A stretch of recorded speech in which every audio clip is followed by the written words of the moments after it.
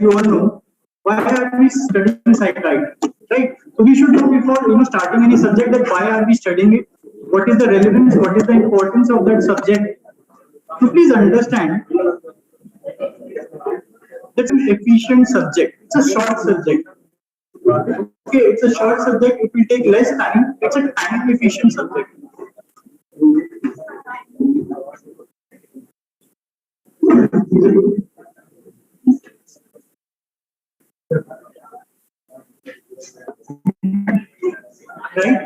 Right. So why are we studying psychiatry? It's a time efficient. When I say time efficient, what do I mean by this? In less time, you're going to gain more. In this 1.5 days of lecture which we're going to discuss psychiatry, we're going to solve at least, initially we would say at least 7 to 8 questions would come, and this time how many questions of psychiatry have come this time in exam? At least 9 questions were directly from psychiatry, and all these questions were directly from your class notes. Directly. I'll be discussing all the questions, the last 5-year questions in the lectures itself. Okay, so you don't have to go and see the questions again. Okay, so please see, we are going to cover at least 9 to 10. The number of questions of psychiatry are increasing in the exam, and all the questions are from your class. Very important.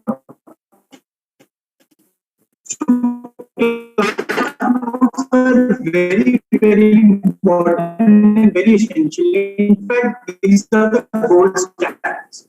If you solve previous questions, so for psychiatry, at least you don't have and cases. No, we will not be just discussing one-liners. Please understand this. We are going to understand, we are going to build concept. Because if you see nowadays, in fact, in psychiatry, the trend of clinical questions that started, in fact, 20 years back. Okay, recently, all the questions, you will see a lot of clinical questions are being asked, but in psychiatry, that started this trend, in fact, 2 to 3 years back only. Okay, so we are going to discuss a lot of clinical questions. I will be giving you a lot of mnemonics. Now, please understand, psychiatry,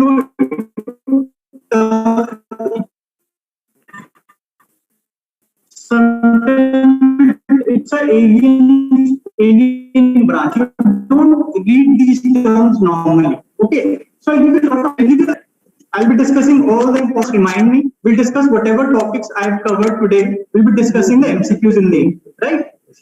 And as you all know that, a lot of integration is being now there. Okay, so we'll try to integrate a lot of subjects. So we'll be integrating along with psychiatry the basic science. Okay, so I'll be discussing a lot of biochemistry as well as we'll be talking about a lot of psychopharmacology. A lot of questions are there in psychopharmacology, as well as we'll also cover some important topics of forensic science.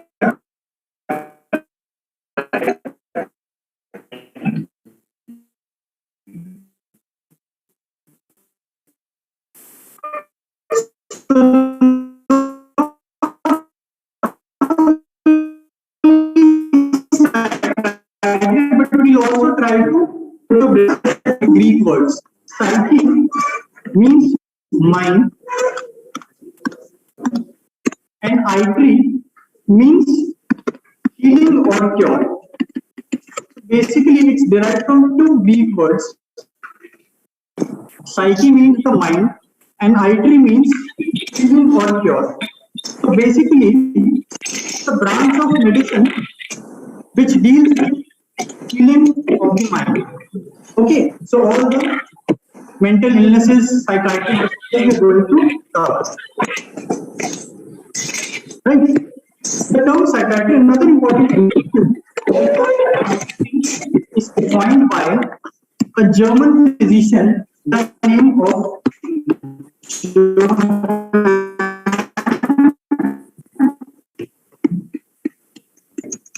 Johann Christian Riemann.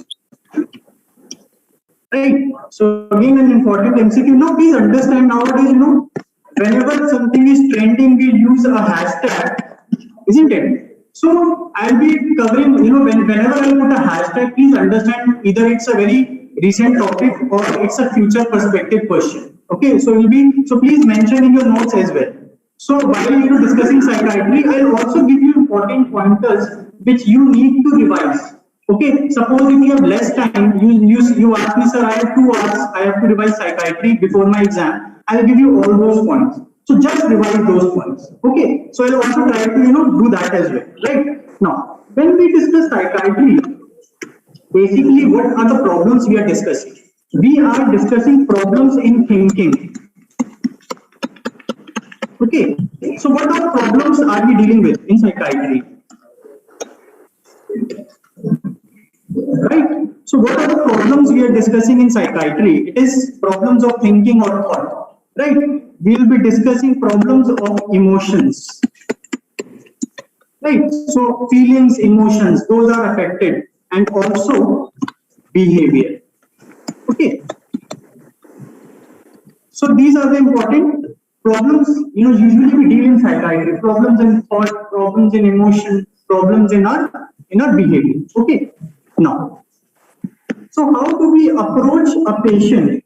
How do we approach a patient who has some psychiatric problem? Suppose a patient comes to us with some psychiatric problem. So how do we approach? Okay. Now, the first and very important thing is history taking. I am sure you must have seen taking how we take a history of other cases like a medicine surgery patient. So we take a detailed history. Right now, in psychiatry especially, the history is not only taken from the patient is the source of information as well as any informant who has come to with the patient. Okay. Right? So, any informant which has come with the patient, we also try to take a detailed history from the informant. Okay? Because sometimes patient is not able to give an entire history. Okay, we will discuss.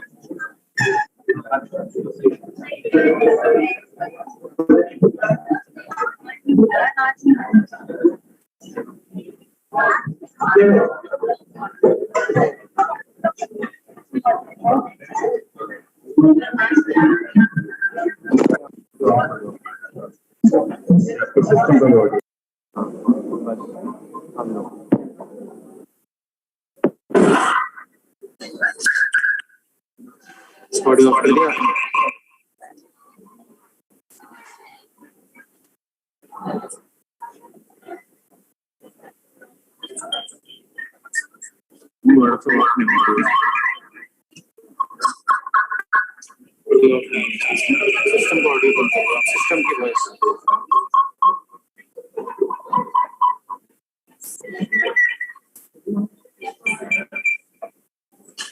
हाँ ये system है ये laptop इसकी आवाज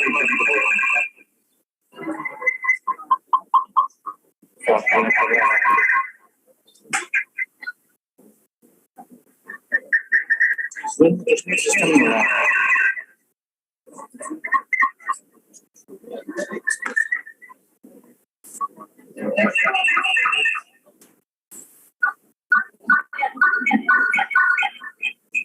sir इससे नहीं आपके system की आप जूम में घूम रहे हो, जूम नहीं है, आपके अपने पीसी के सिस्टम की आवाज देखनी है आपको साउंड बंद करना है।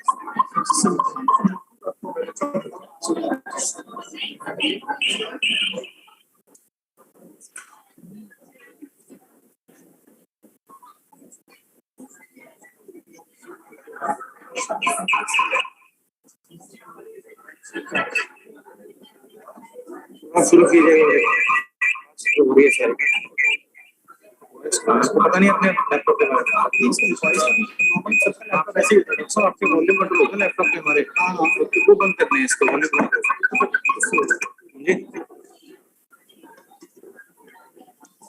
कंट्रोल है ना। About how to approach a patient who has come to us with psychiatric or mental illness, right? So the first point is the history taking, right? So we take a history from not only the patient. This is very important for your questions as well as clinically when you see patient, you may be in any branch, but someday or the other you'll come across any patient with having some psychiatric problem. Okay, so the history is also taken from the informant as well, right? Second and very important part, especially for their exams, is the examination. Okay, how we examine a patient with psychiatric illness. Now, this examination is somewhat different from how you examine a patient with some medical illness or some surgical illness. It is very different. We are going to focus a lot on this. Okay, so this is again, and this is very important for your exam, right? Third is investigations. So investigations have a very limited role in psychiatric illness. Now, of course, I don't have any blood test. If I get a blood test done, which will tell me this patient is having 50% anxiety, 50% depression. Is there any test? No, no such test is there. So investigations have a very limited role. Okay, and generally when we do investigation, we generally try to rule out. We try to rule out any other illness or any other problem. For example, person has a head injury. After this, patient develops some psychiatric problem. Maybe we are trying to rule out some hemorrhage. Okay, patient is having a severe headache. Okay, and patient is also developed some psychiatric illness. Maybe the patient is having some tumor. Okay, so we do investigations just to rule out other illnesses. Mostly this is the requirement for investigation. And ultimately, the aim for doing everything, whatever we are going to discuss today, whatever we do in our clinics, the ultimate aim is to reach to a diagnosis. What is the problem which the patient is having, right? And when we reach to a diagnosis, what do? We treat the patient, we manage the patient. So the ultimate aim is management. Okay, if we know how to diagnose, but we don't know how to manage, it is of no use, right? So in this, when we are going to discuss psychiatric illnesses, we'll be discussing everything, right? Now, as I discussed, the most important part, of this basic. Now, please understand this introductory or the basics of psychiatry, which we are doing. At least 1 to 2 questions each time come from this topic. Okay, so this is very, very important. I'll also show you the recent MCQs which have been asked from this topic. Okay, so the examination of a psychiatric patient, is known as mental status examination. A very important question. Mental status examination. So if someone asks you, when we examine a psychiatric patient, what is the examination known as? It is mental status. So from the name itself, you can see we are examining the mental status of the patient. Now, please understand, when I'm saying that we are examining, we also do a general physical examination. We also do a thorough systemic examination, and then we do this. Okay, in other patients of surgery medicine, we don't require MS, right? But in psychiatric problem, we require MSc, right? So the first heading under MSc,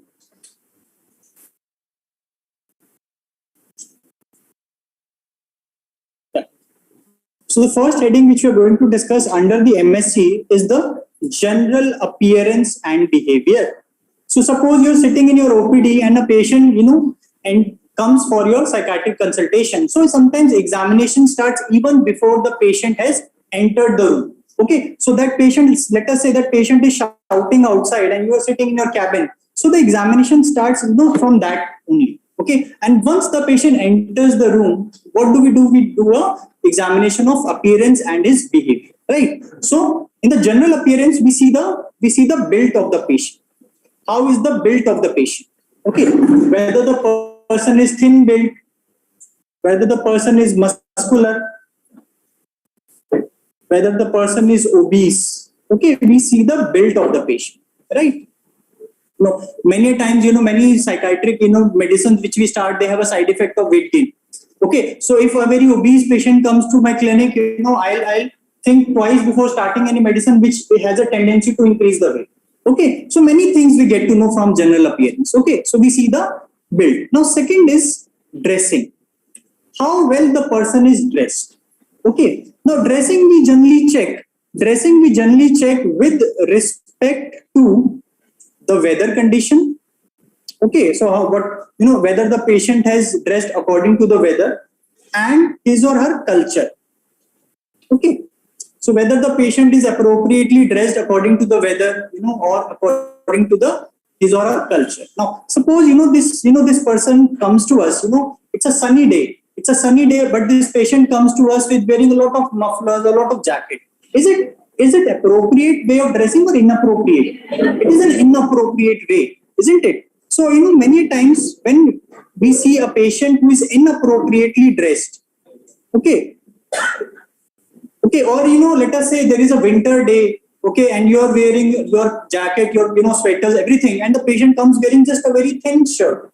Again, it's inappropriate, isn't it? Or suppose, okay, right? So this is inappropriate of dressing, isn't it? So when you see such dressing sense, you will see that there is something abnormal in the patient, isn't it? When you see such severe inappropriateness in dressing, we see many times patient may be having some severe mental illness. Patient may be having psychosis. We will understand what is psychosis, what is neurosis. Okay, but you need to understand, right? Again, I'm not saying that just by seeing the dressing you will make the. Please understand. Saying is this will help me.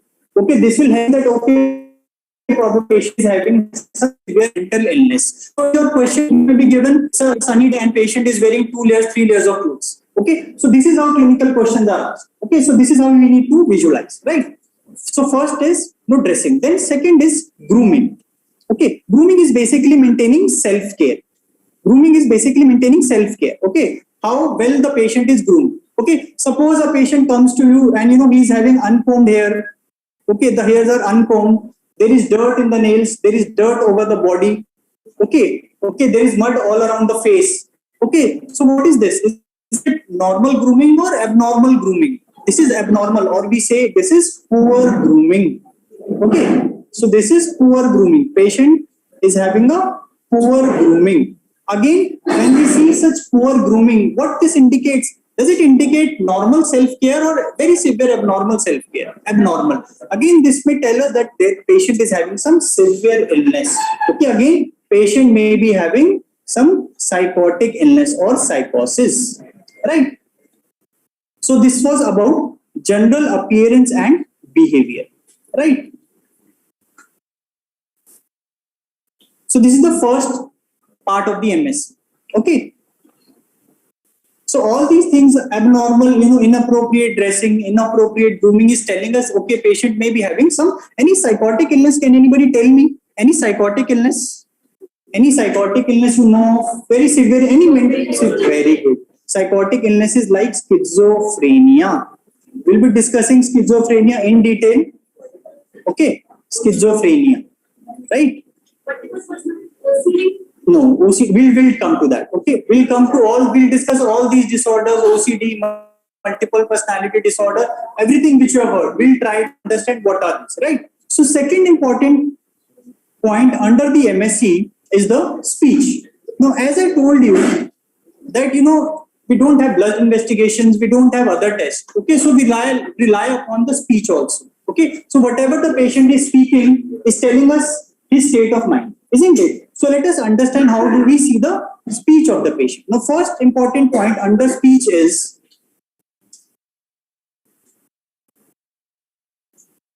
the rate of speech. Okay, so what is the rate of speech? Now, rate of speech you can understand, as the number of words spoken in a minute. Okay, so usually when we converse with, with our friends, with our family, the rate of words, we may use 30 words, 40 words in a minute that the other person is able to understand. but sometimes in psychiatric illnesses there is change in this rate. The rate may increase, the rate may decrease in rate. So when the rate is increased, suppose a patient comes to you and say, "My name is Dr. Nikol, I have cricket surgery." Are you able to understand what I'm saying? No. The rate, okay, so it's good if you're able to understand, but normally will not be able to understand, So patient is speaking very, very fast. We are not able to understand what he is speaking, what he or she is speaking. Okay. So the rate may increase. Can anybody tell me any illness, any mood disorder, especially in which the rate of speech is increased? Very good. Mania. Very good. So in mania, we say that the rate of speech is increased. Mania is a mood disorder. We will come to mood disorder. Okay, we will discuss all the mood disorders. So in mania, basically patient is excessively energetic, excessively happy.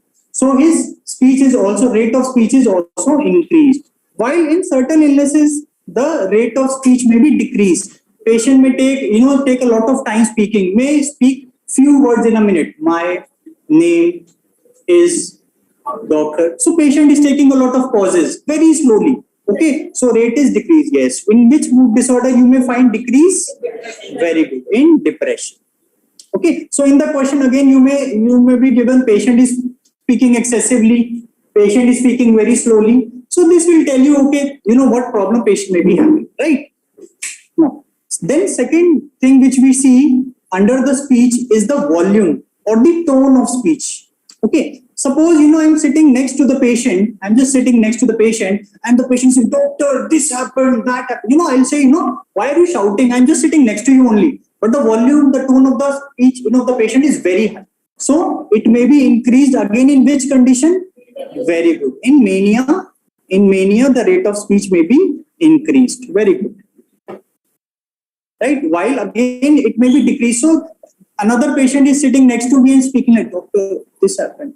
Are you able to listen? No, this. I'll say, I'm just sitting next to you and not able to hear. Please be louder. And many times you have to do that. We have to ask the patient to be a bit louder. Especially now in COVID times when the distance is there. Okay. So again, in which condition the volume tone may be decreased? Anyone? In depression. Very good. In depression, it may be decreased. Right. In other conditions also this may vary, but these are the common things which we come across. Right. Now, then next thing under the speech which we see, or the third important point which we see is the coherence of speech. Okay, so the next important point which we see under the speech is the coherence of speech. Okay, the coherence means basically when we are able to understand the speech. Okay, so normally when we talk to our family, friends, we are able to understand. Okay, so we say that the speech is coherent. But sometimes there is incoherence found. Okay, so patient may speak like this, morning, Mahatma Gandhi, Mahendra Singh Dhoni, cricket, balle balle, hello. Are you able to understand what the patient has just said? No, the patient is speaking, but we are not able to understand. So we say the speech is incoherent. So you may say, "Sir, I've talked to this patient for 30 minutes, 40 minutes. He's spoken a lot, but I'm not able to understand even a single sentence." So we say that the speech is incoherent. Again, incoherent speech may be seen in certain severe illnesses like schizophrenia. Very good. Schizophrenia. Right? It's a psychotic illness. We just have discussed. So again, earlier the question were, 5 years back, the question was asked, incoherent speech is seen in schizophrenia. Now what they will say, a patient, a resident is examining a patient as patient is speaking these words. When you see that nothing understandable is there in the speech, and they may ask, "What is this? This is incoherent speech." What they may ask, in which condition it is seen. Suppose they give the anxiety disorder, depression, schizophrenia, and any other. So the answer is schizophrenia. Right? So this is how questions are asked. Right? So this is about the speech. Just have a look. Just have a look at this slide if you missed anything. Now this is important. Speech is very, very important. Now in MSc, there are 3 topics which I want you to revise while you are revising for your exam. First of this is, so please mark this point. First is mood and affect. Okay.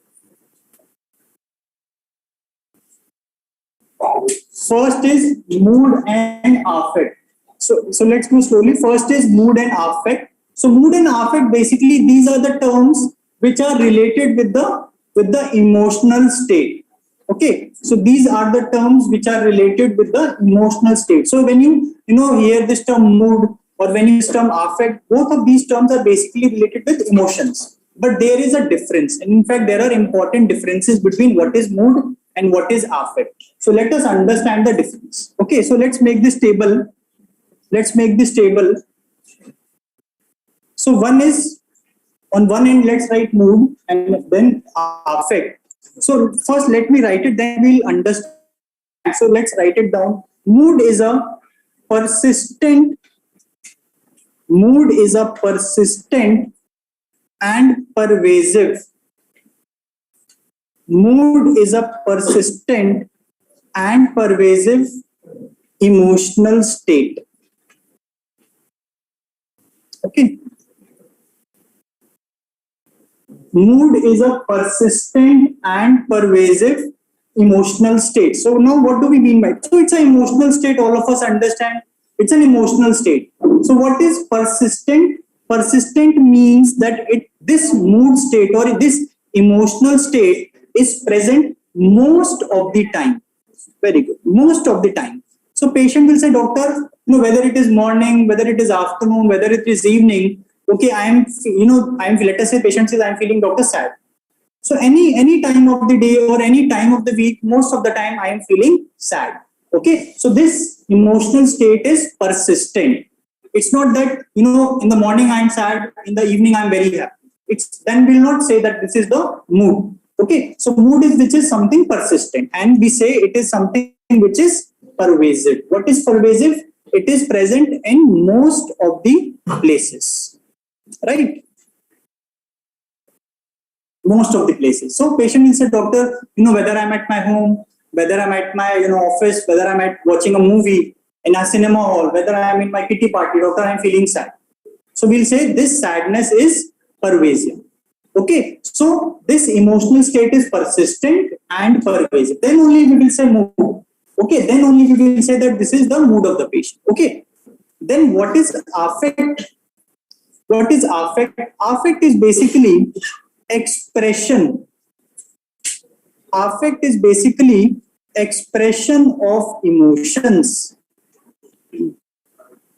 Okay, or you can say which is observed.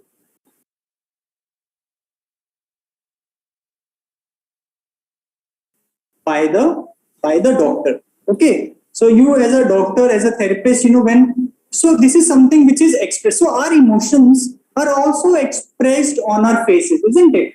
When any of your friend is sad, you will go and ask, why are you so sad? What happened, isn't it? So from our, the person has not said anything, but just on the look of the facial expression, you will say, he's appearing sad. So this is affect. This is the expression of our emotions on our body. Also, from our body language, also you may be able to see the affect. Okay. So mood is something. So tell me, mood is internal or external? It's something which is very good. It is internal state. Very good. It's an internal state, inside state, isn't it? So only the patient will be able to tell. Okay, so mood can be asked only from the patient. I cannot tell the mood of the patient without asking. Okay, so I'll ask the patient, okay, from the past few days, past few weeks, how are you feeling? How is your mood? Okay, whatever reply the patient will say, I'll say that is the mood. Tell me, affect. Affect is internal or external? External. Patient don't have to say anything. Patient may not say anything. I will see the affect on my own. So when I am examining a patient, affect will be the responsibility of the therapist to see. Affect will be something which even if I am seeing the patient, let us say you are the patient, let us say another colleague of mine is seeing the patient, all of us will say the affect looks the same. So affect is something which is objective. All of us will be able to see the same affect, right? Now, one very important point which I want you to remember between mood and affect is, mood is something which is longitudinal, or simply you can say it is something for long term. It's a long-term state. It's not that, I will say, how are you feeling today? Patient will say, I am feeling good, doctor. I will not say this is the mood of the patient. When I have to see the mood of the patient, what will I ask? From the past few days, past few weeks, or past few months, how is your mood? Then if the patient says, doctor, I am feeling sad, I'll say the mood is sad. I hope all of you have understood what is mood. It is for a long duration. While affect, if I ask you, it is at that moment. That means it is cross-sectional. Cross-sectional means at that very moment, at that section of time. Okay, so suppose a patient has come to me today. I've seen that the patient is appearing depressed. Affect is depressed. Can I tell the affect of yesterday? No. I will be only able to tell the affect when I'm seeing the patient. Okay, so this is cross-section. So let me give you an example. So let us understand why are we discussing it separately. Let us say we had a patient. So there was a 30-year-old female patient who has come to us and says, doctor, since the past 2 months, I'm feeling sad. There is decreased energy. Okay, my interest in things have decreased. Okay, so with these complaints, the patient has come to us. I asked the patient, how is your mood for the past few days or weeks? The patient says, doctor, in the past few months, in fact 2 months, I am feeling sad. Okay, so what is the mood? Sad. Very good. Then, when I look at the patient throughout the interview, the patient appeared sad. She also cried in between. Okay, and her body language was dull. She was looking downwards. Okay, so when I look at the patient, then what is the affect of this patient?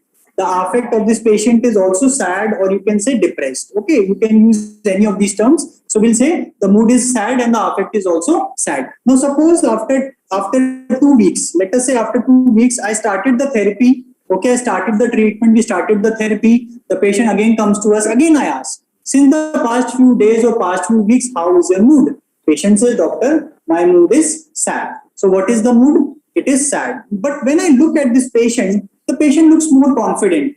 She is also smiling in between. Her body language has improved. Okay, and she does not look that sad to me now. Okay, so what will I say? The affect is now, it is normal, or we say it is euthymic.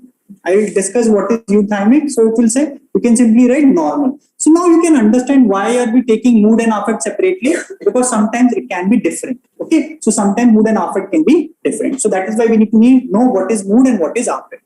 But when I will discuss mood disorder, I will use these terms interchangeably. We'll call mood disorder or affective disorder, it will mean the same. But you should know the difference in the MSc, right? So again, this is important. You should know the difference, right? Now, let us discuss certain important points under this only. So I'm going to discuss some important MCQs under this same topic. Okay, so when we define affect, there are certain terms which we use in affect. First is very simple, quality of affect. What is the quality of the affect? Quality of affect means, it simply means what was the predominant emotional state. What is the predominant emotional state, right?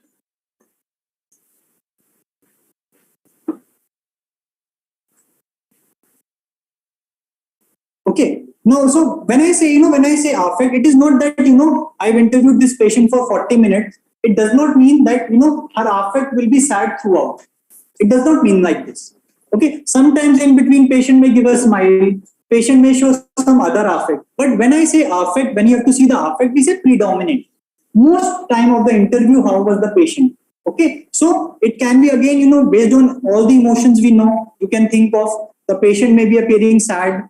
Patient may be appearing happy, cheerful. Patient may be appearing euthymic. Euthymic is normal. Patient may be appearing anxious. Patient may appear irritable, fearful. So any of the emotional state can be there. Okay. So whatever is seen in the patient, we will see this is the affect of the patient. Right?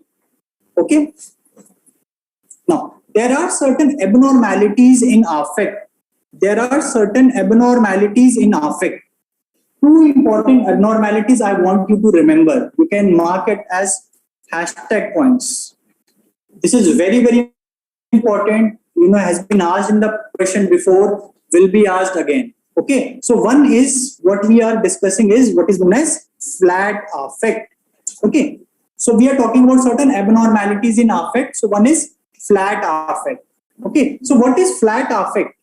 Flat affect basically is that there is the emotion is not changing, no change in the emotion. When the patient is alive, when you do a ECG, you will see, ups and downs in the ECG, isn't it? When the patient is dead, how is the ECG?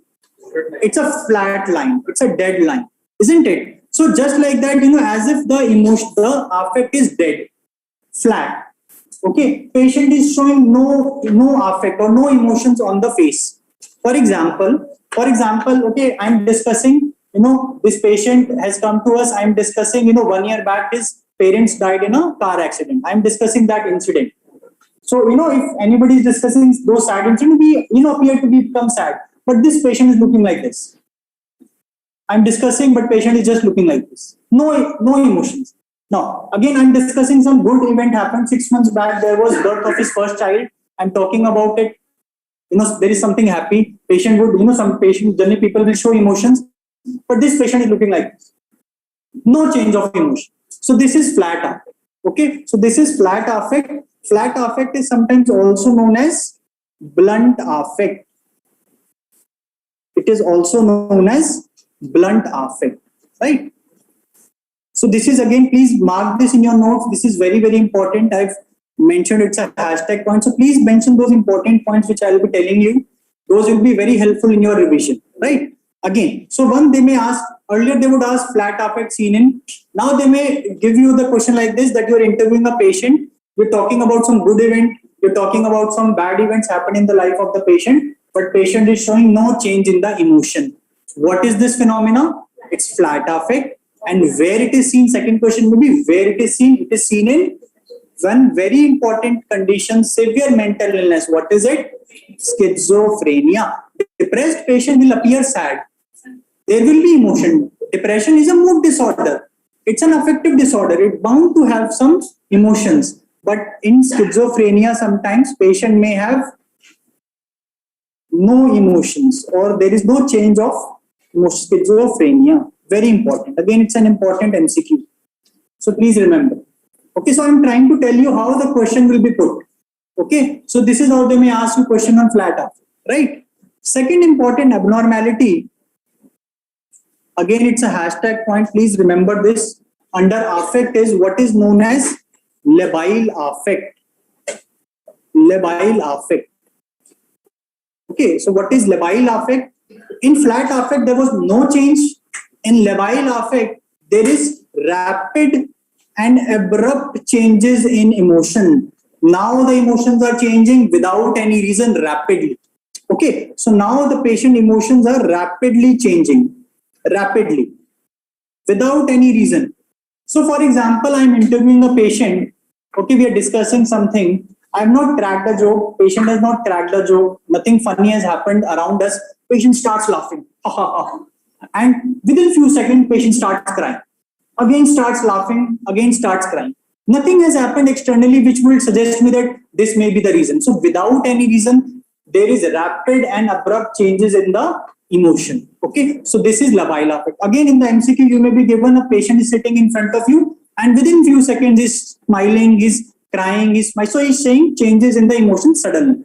Okay, so you will maybe ask, what is this phenomena? This is labile affect. And second question, if they have to increase the severity of question, they will ask you in which condition it is seen. Can anybody tell me? So there are two conditions in which it may be seen. Can anybody tell me? Very good. It is seen in mania or bipolar disorder. We will discuss mania or bipolar disorder. What is the difference? We'll discuss. Or what is the similarity? We'll discuss. Second, any other condition can you think of in which you will find this? In inorganic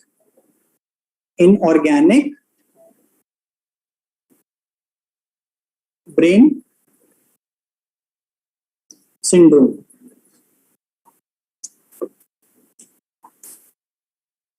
Okay, or organic illnesses. Organic illnesses, we'll come to this topic, organic brain syndrome, organic brain disorders, okay, or organic mental illnesses will come.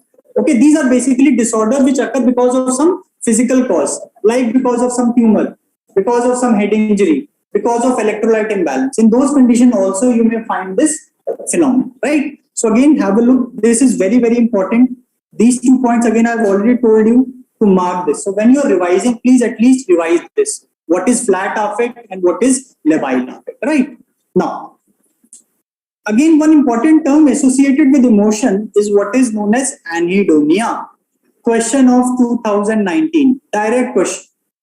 So we always discuss this in our class. A direct question was asked in your exams. Okay, what is anhedonia? First, we need to understand what is it. It is basically a decrease in interest. There is a decrease in interest in previously pleasurable activities. Okay, so anhedonia basically means decrease interest. You can remember like this. It is basically a decrease in interest, right? So patient would say, doctor, earlier I would enjoy watching cricket. I would enjoy going to shopping. I would enjoy watching movies. But doctor, nowadays I don't feel any interest in any of these activities anymore. This is anhedonia. Okay, so this is anhedonia. So this was a direct question in 2000. I'll show you the question in the end. You know, the patient says there is a decrease in interest in pleasurable activities. What is this phenomenon? Direct question. Okay, so this is anhedonia. Now, if I ask you in which condition you may find anhedonia, can anybody tell me? Very good. It is depression. Very good. There is one more condition in which you may find this. Can anybody tell me? Even in schizophrenia, you may find anhedonia. In fact, this is one of the negative symptoms. It is one of the negative symptoms of schizophrenia. It is one of the negative symptoms of schizophrenia. Okay, so schizophrenia has positive symptom, negative. We'll discuss. It is also seen. So, you know, you may be given anhedonia and depression is not in the option. Don't worry, look for schizophrenia. Okay, so in schizophrenia also you may find this, right? Now, few questions with this. So since we are on emotion, so let us discuss what are the important areas of the brain which are related with emotion. Okay, so let us discuss two of those areas. One is which is the part which is associated with generation or neural substrate of emotion, and second is there is a part which regulates emotion. Can anybody tell me which is the area of the brain which we says generates emotion? Very good. It is the limbic system. Important. So you may be given, it may look like many a times, it look like one subject question, but it turns out to be some other subject question. So you may be asked,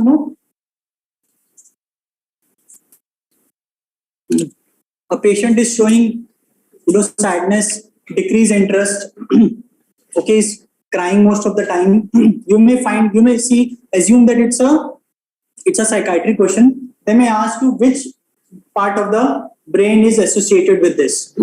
Okay, so it's an emotional problem which the patient is having, where the emotions are generated. It is the limbic system. Second important part of the brain which you should know, which regulates emotion. Can anybody tell me which? It's a cerebral lobe. Let me give you certain hints. It's a cerebral lobe. Another hint, it's the largest cerebral lobe. Can anybody? Frontal lobe. Very good. So you should also know frontal lobe is the largest lobe.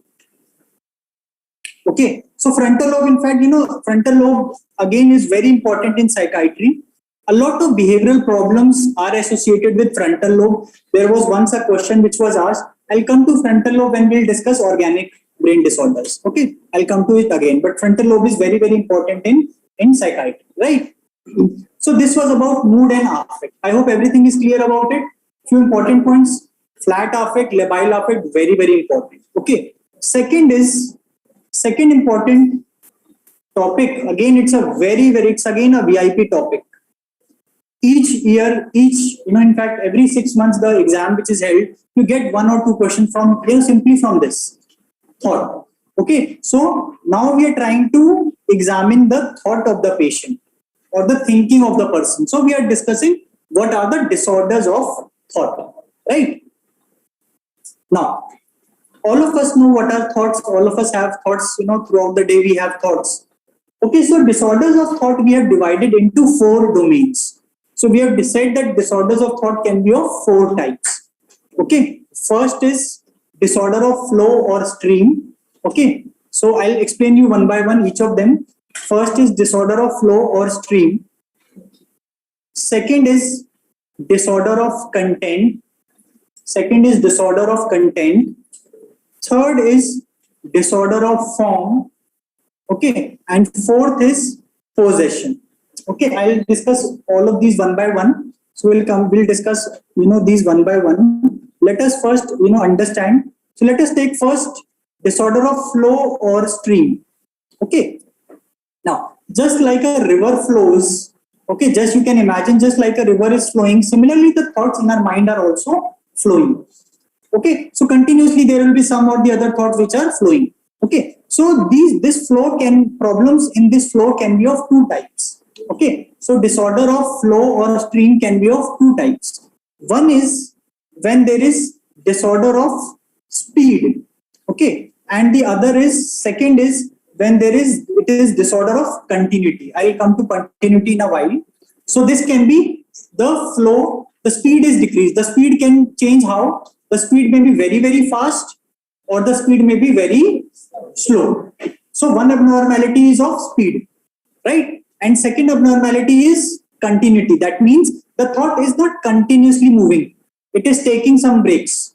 It is not continuous. Okay, so there is problem in the continuity, right? So we'll discuss all of these one by one. So let us come to first. So you can make a table. It becomes very easy. Okay, on one page we'll discuss disorder of speech. Two abnormalities of each we'll be discussing. Okay, so first is in the speed. Again, as I told you, the speed can increase or speed may decrease, isn't it?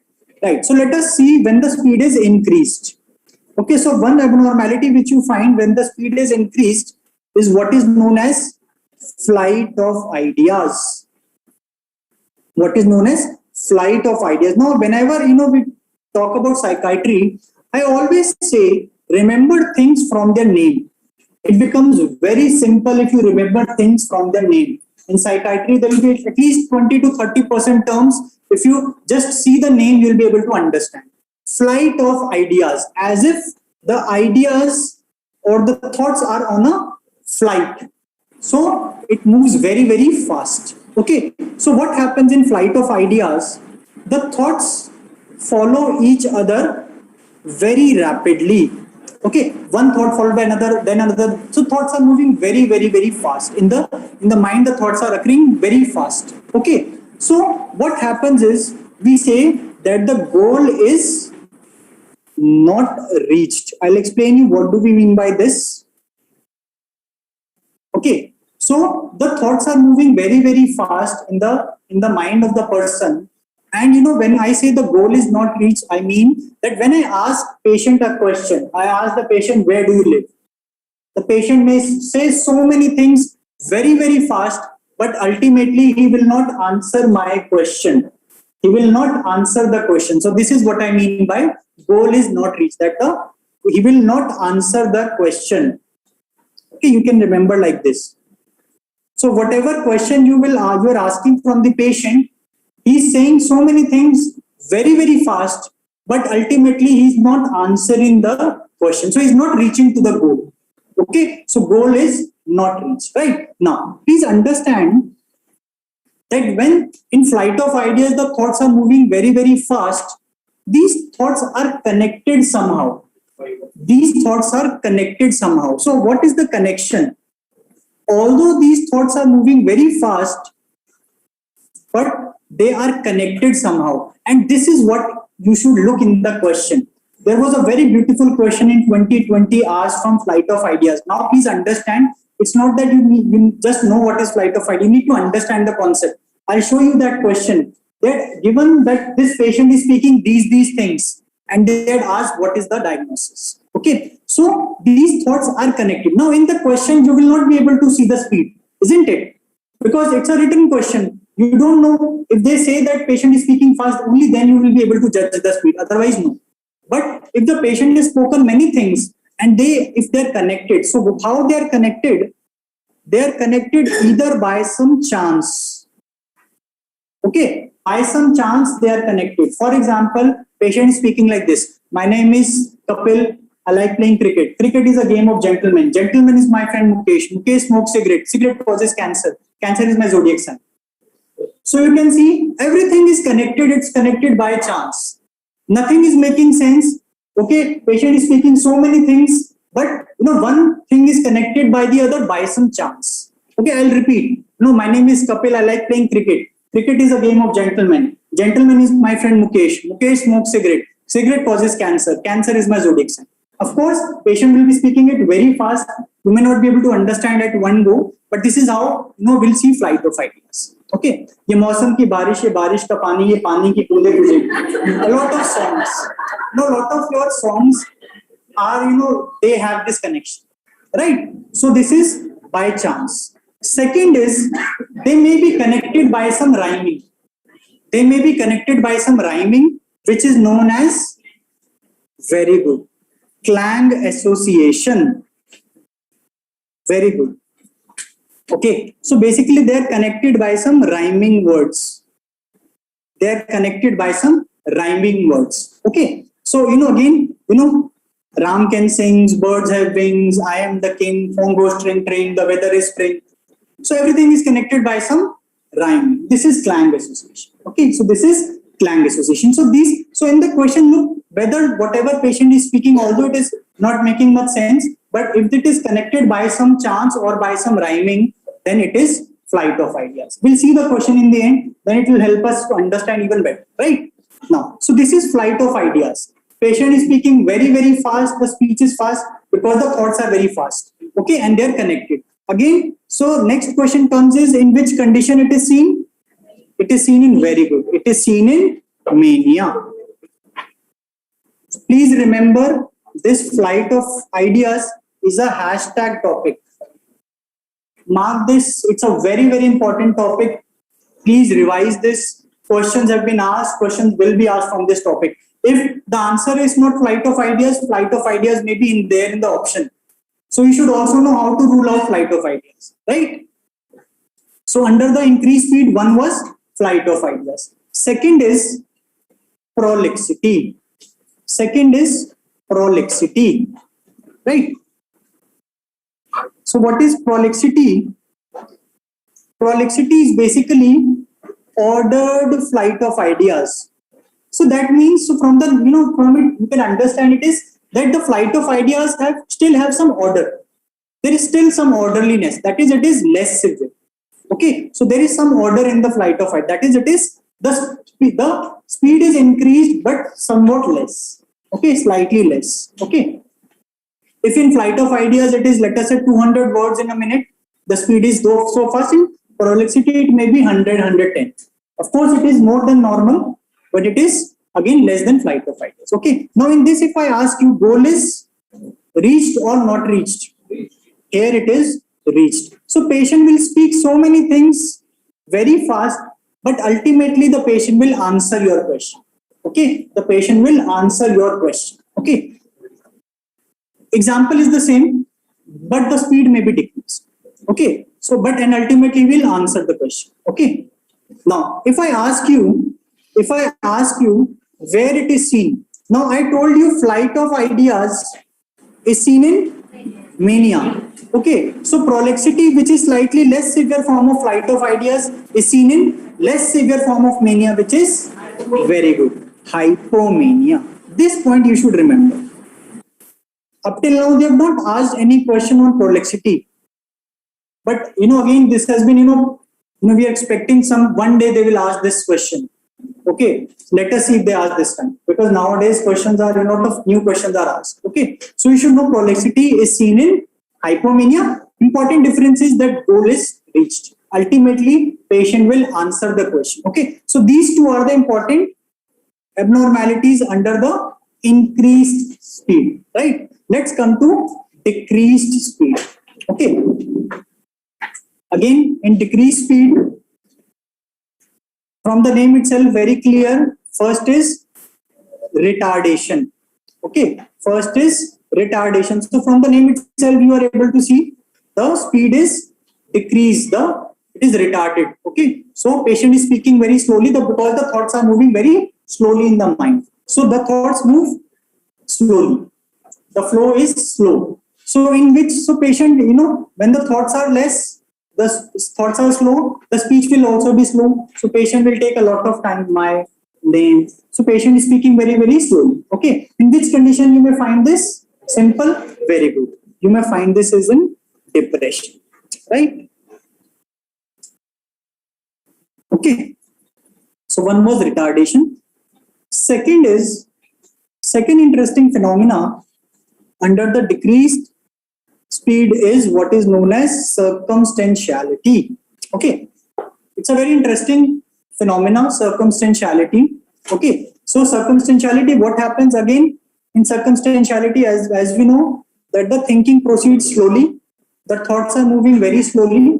But what important points I want you to remember here is patient gives unnecessary or trivial details.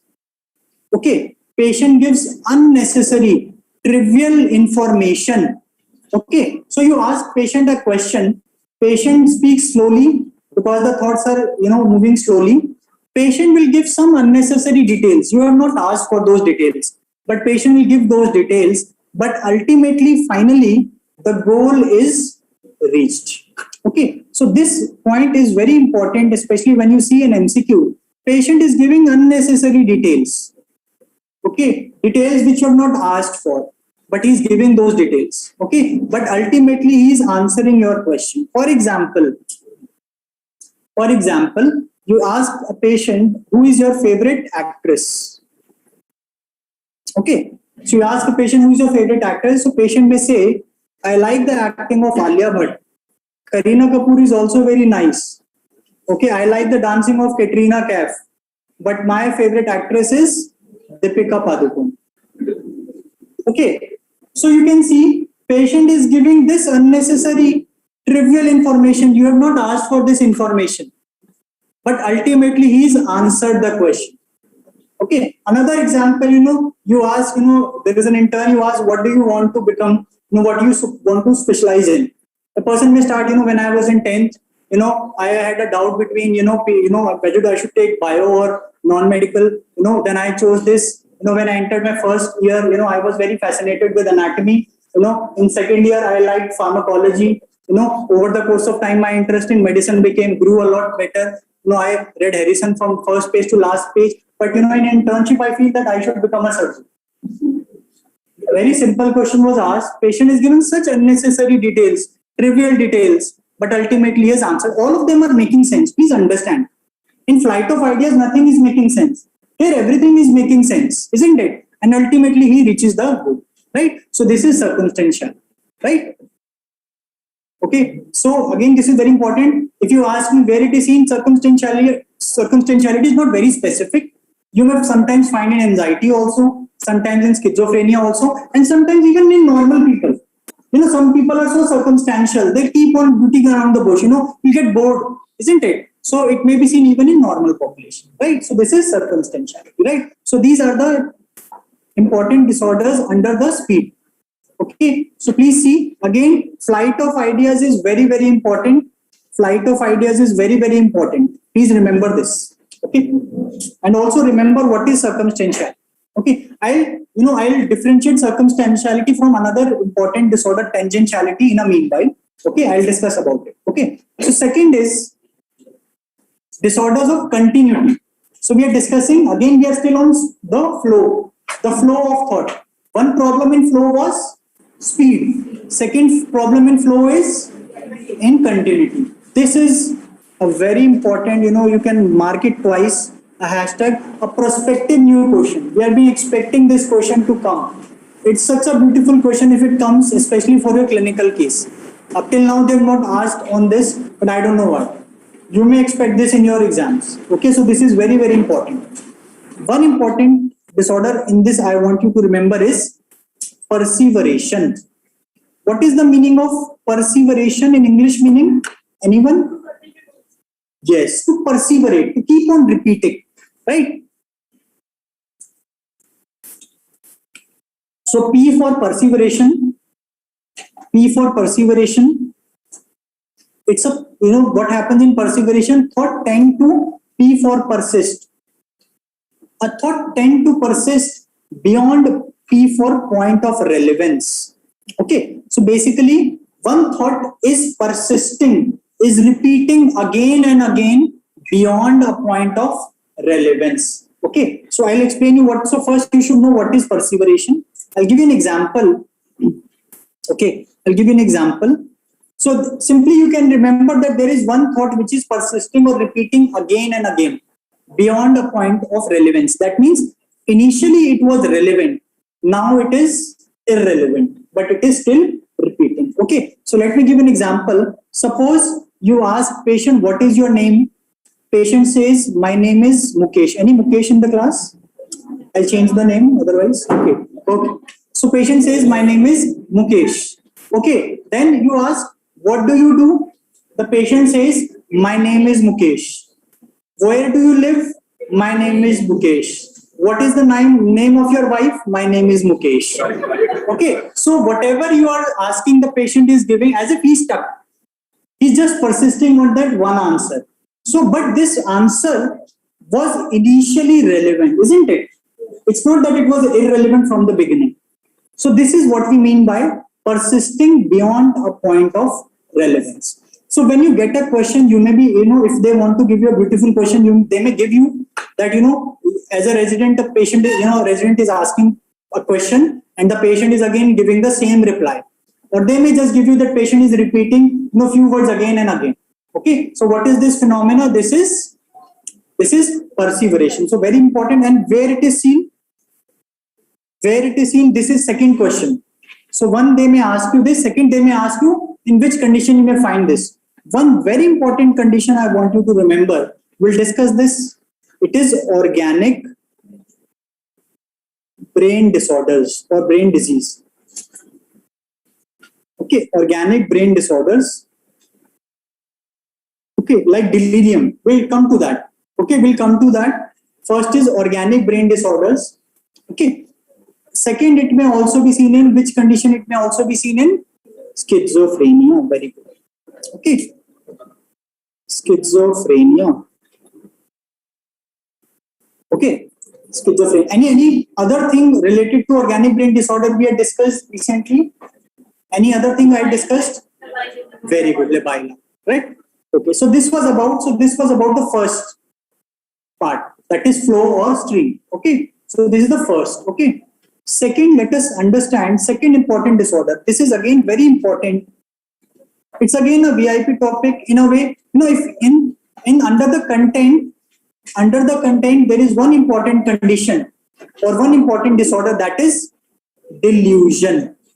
Okay, if in psychiatry we don't know delusion, I will say that we don't know psychiatry. This is so important to know what is a delusion in psychiatry. Okay. So delusion is a disorder of content of thought. The question which was asked recently in your exam was, delusion is a disorder of, simple answer was thought. It's a disorder of thought. If they may want to complicate the question, they may ask you, it is a disorder of flow, content, form or possession. So it's a disorder of content. Okay, so that means that the flow, there is no problem in the flow of thought. But whatever content the patient is having in his thought, that is abnormal. Okay, so it is delusion. What is a delusion? Delusion is a fixed, or you can write, in fact, write false first, in fact, so that you remember. It's a false, fixed. It's a thought which is false. Okay, it is not true. Okay, it is fixed. It is firm, unshakable. So it's a false, fixed, unshakable idea or belief. Okay, so there is, the thought which the person is, or the belief which the patient is having, it is false, but it is also fixed. You cannot change that belief.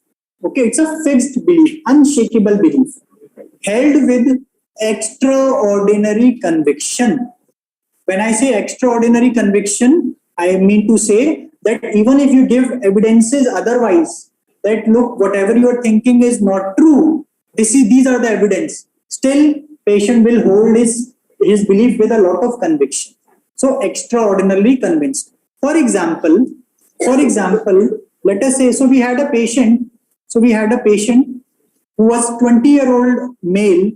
Okay, so a patient was brought to us, a 20-year-old male person recently. Okay, and he doubted, or he was suspicious, or he was doubting that his neighbors want to kill him. Okay, so he said, so family members brought him and said, doctor, since past 1 month he's saying that neighbors want to kill me. But doctor, this is not true. The neighbors are very good people. Okay, they help us in difficult times. In all the festivals we meet each other, and nothing has happened during this time, that would suggest that they would want to kill him. Okay, but patient is firm. He says, no, they want to kill me. Okay, you give him evidence, whatever you say, the patient will say, no, they want to kill me. Okay, so this belief is false belief, firm belief, fixed belief, which is not changing. So this is a classical example of a delusion. Sometimes patient may give some illogical explanation. Okay, he wants to, ask, why do you think he wants to kill you? Because on that day, he was wearing a red shirt, which indicates me that, there is danger, he is planning against me. So they may give some illogical explanation. But please understand, they will not give you direct words to say that this is a delusion. They will tell you what the patient is thinking, and then you have to infer from it. Okay, so this is an example of delusion, right? Let us come to various types of delusions. Again, there can be n number of types, but we are going to discuss some important ones, especially for your exams, right? One is delusion of persecution. First is delusion of persecution. So what is the belief here? In fact, you can write this is the most common delusion. In psychiatric disorders, this is the most common delusion. Okay, most common delusion which is seen. Okay, right. So patient believes that someone is trying to harm or kill me, or planning or plotting against me.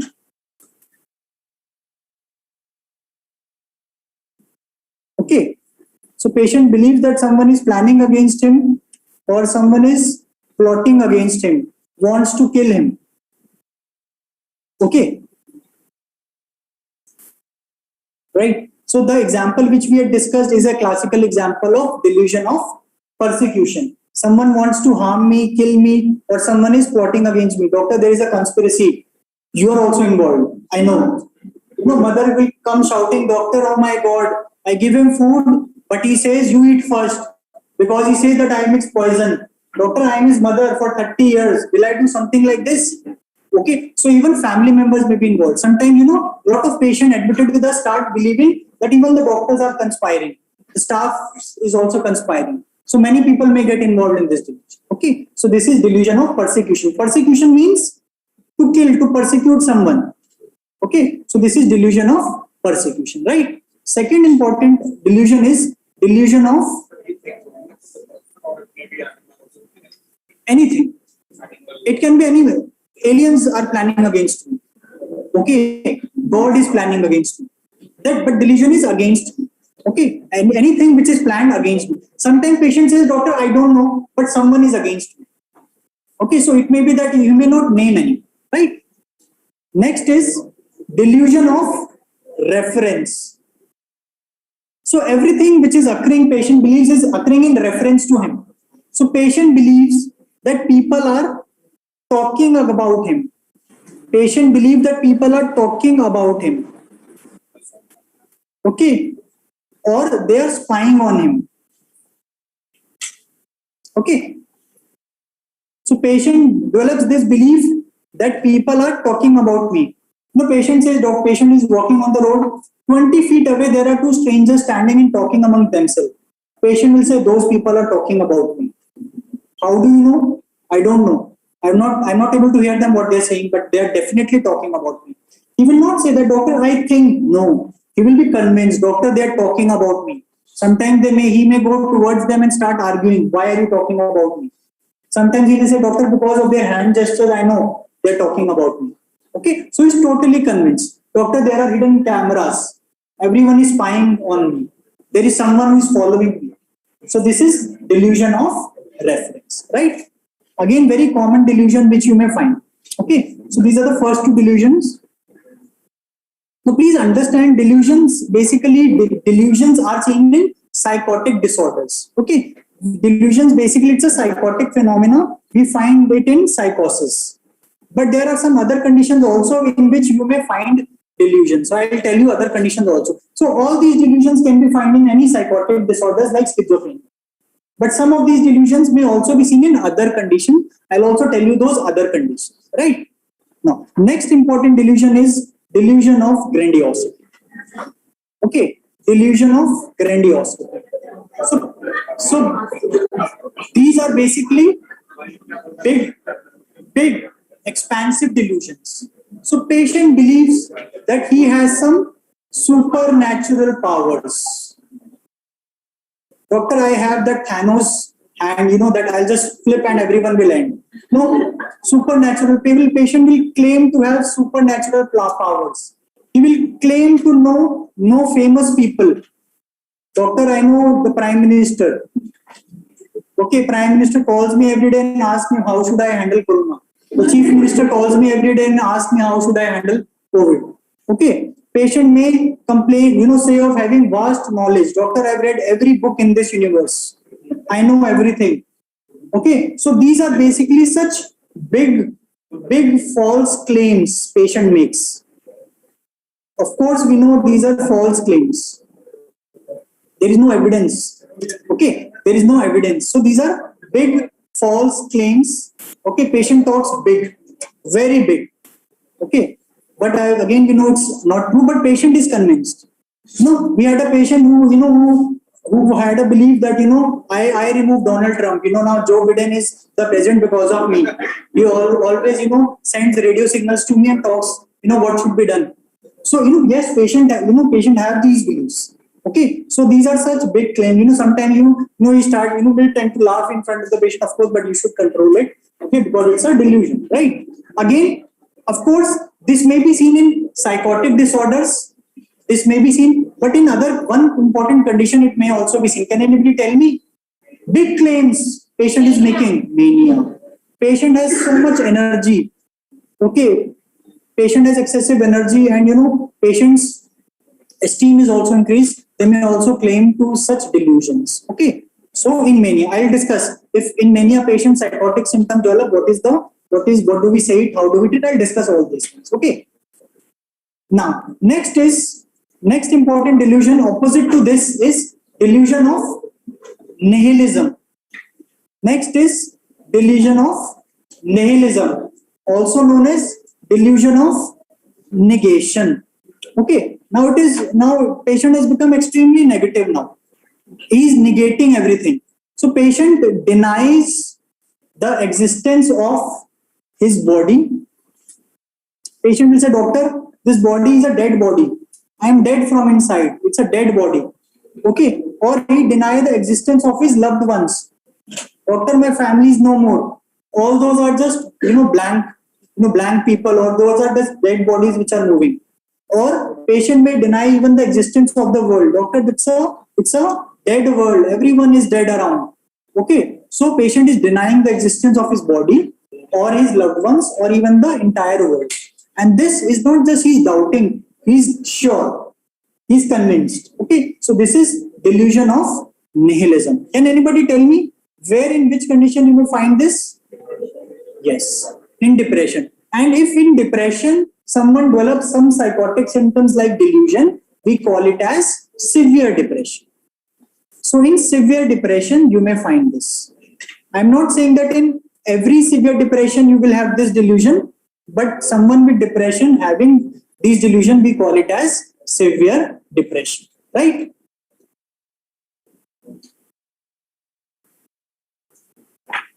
Right. So now there is one important syndrome associated. This was asked a previous year question, Cotard syndrome. Please remember there is one more syndrome starting with C. So this is Cotard syndrome. Basically, Cotard syndrome is nothing.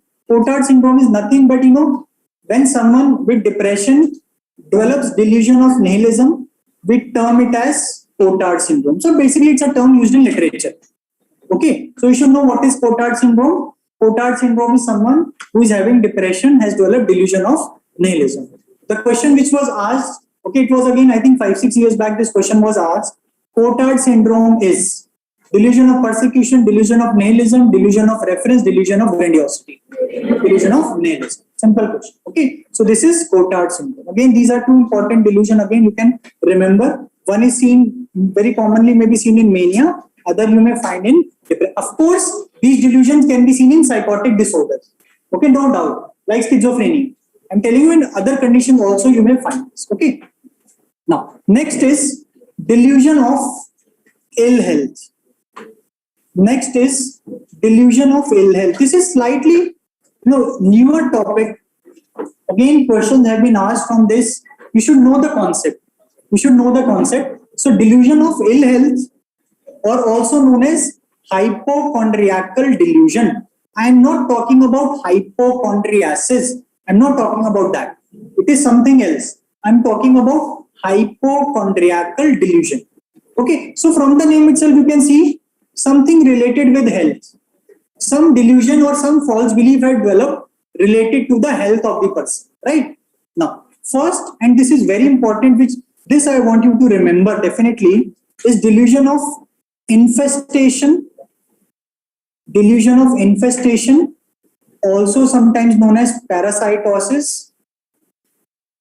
Delusion of infestation, also known as delusion of parasitosis, also sometimes known as Ekbom syndrome. So you should remember these names. A lot of questions have been asked on the names.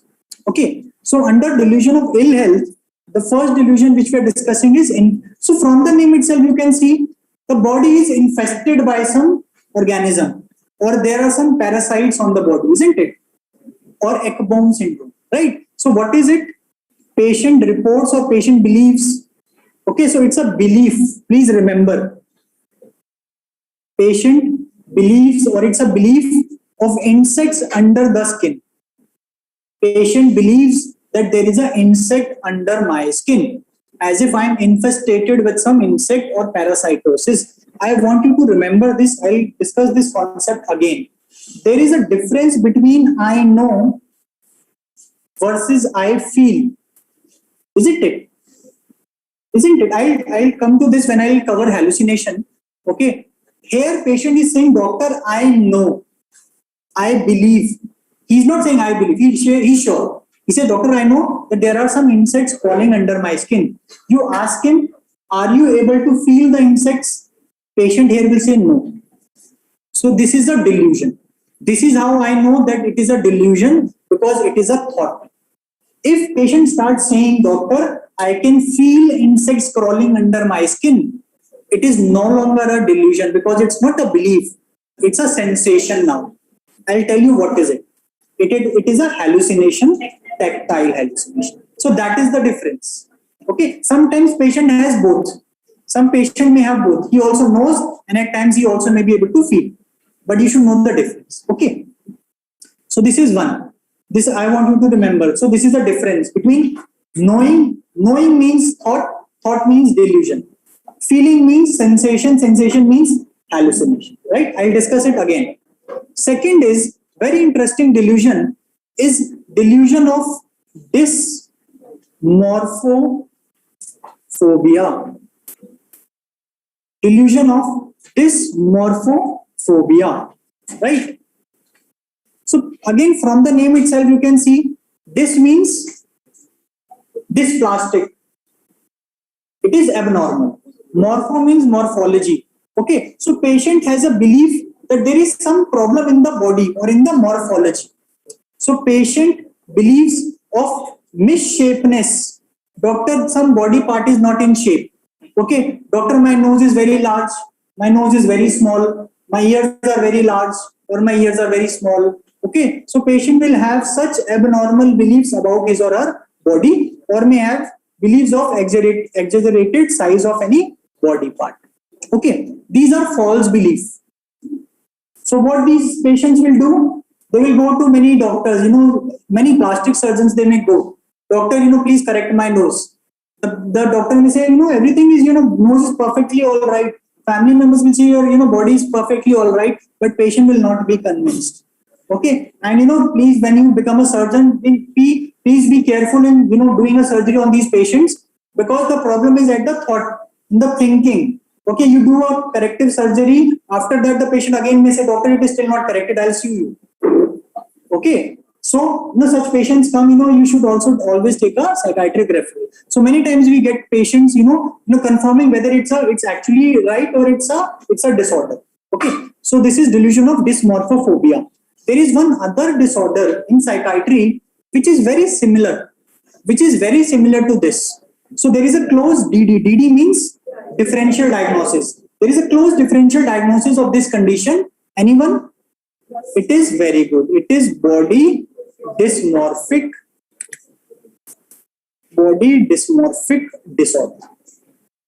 Very good. This we will discuss when we will cover OCD.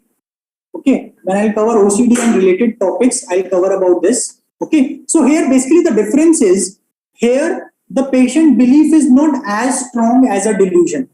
So sometimes patient will say, doctor, I feel that my nose is large. If you try to convince the person, sometimes patient say, okay, doctor, I think I may not be thinking right. So then it is body dysmorphic disorder. But if the patient is totally convinced, no, doctor, I feel that this body part is not in shape, then it's a delusion of dysmorphophobia, right? Last delusion under this delusion of ill health is this is a new entity. So I want you to just understand this name. This is delusion of halitosis or foul body odor. Delusion of halitosis or foul body odor, also known as olfactory reference syndrome. Okay, again, all are these, they may come as a prospective new questions. Okay, this is a relatively newer entity. Okay, you should be knowing. So olfactory so here basically patient says that there is some foul body odor or there is some foul smell around, but patient is not able to smell it. He just believes. So it's a belief that there is something bad smelling around. So it's just a belief. He's not able to smell it. Please remember. So he just believes that there is a bad odor coming around him. Okay, he's not able to smell. If he's able to smell it, then it becomes it becomes a hallucination, olfactory hallucination. We'll discuss. Here he's just saying that, doctor, I know there is some foul body odor around. If you ask him, are you able to smell? He will say, no, doctor, I'm not able to smell, but I know. It's a false belief, right? So these were delusion of ill health or hypochondriacal delusions, right? Okay. Any doubt in this? Let me know if there is any doubt. Now, some other named, very, very characteristically named delusions. And these have been asked, all of these have been asked in the previous exams. Okay. One is de Clerambault syndrome.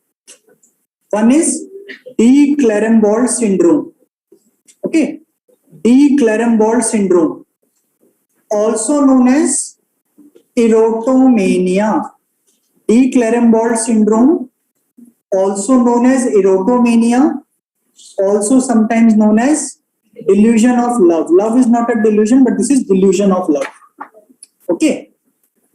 So this question has been asked previously. They had asked delusion of love is. So they just asked another name. So the option was de Clerambault syndrome. So you should know these names. Okay. So basically what happens here is patient believes. Okay, so what happens here is that patient believes that someone, usually of a higher stature, higher financial stature, higher social stature, is in love with the patient. Okay, so patient is not saying I am in love with that person. Patient is saying that that gentleman is in love with me, although that poor fellow might have never met the patient. So patient or 20-year-old female patient claims that Salman Khan is in love with me. Doctor, all the dance steps which he does in this movie are to tell me that he is in love with me. Okay, in Big Boss, every time he comes, that I is telling me that he is in love with me. Look, I love you. Although poor fellow might have never met the patient. Okay, but the patient is totally convinced. Okay, excuse me. Okay, so this is everyone understood. Again, these are very simple, very simple terms. Such direct question comes. So they may give you a clinical scenario. You are asked what is the phenomenon, right? Next is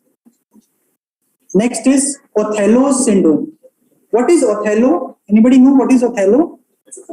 It's a play, very good. It's a Shakespeare's play.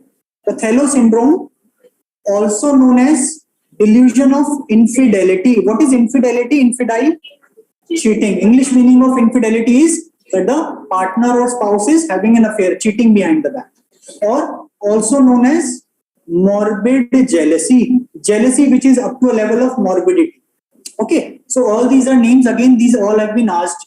Okay, so very simple, from the name itself you can see in Othello, Othello play, there was, this delusion of infidelity was there in the plot. Okay, so patient believes that the partner or spouse is cheating. Partner or spouse is cheating or is having an affair. Having an affair. Anybody seen Omkara? Ajay Devgan? Ajay Devgan believed, had a belief that Kareena Kapoor had an affair with his friend Vivek. Okay, so again, that Othello, Omkara was derived from this Othello play, and this phenomena was there seen in that as well. Okay, so this is delusion of infidelity. Now, of course, I know, of course, we know that this is a delusion. It is seen in psychotic disorders, but it may also be seen in one very important substance. One substance use, yes. It is also associated with alcohol use. It may be seen in other substances, but very characteristically seen with alcohol use. So you may be given a question: a 40-year-old male suspects that the wife is having an affair. Everyone is trying to convince him that it is not true, but he is still not convinced. Which of the following substance it may be associated with? Options are alcohol, cocaine, cannabis, amphetamine. Please understand, all of these substances may develop some delusion, but very categorically, very characteristically, with alcohol, patient may develop this delusion. So again, this is a very important hashtag point which I want you to remember. You may get such questions in the exam. Very simple question, but you may get such question in the exam. Okay. Right now. Next is, everyone has written this? Great.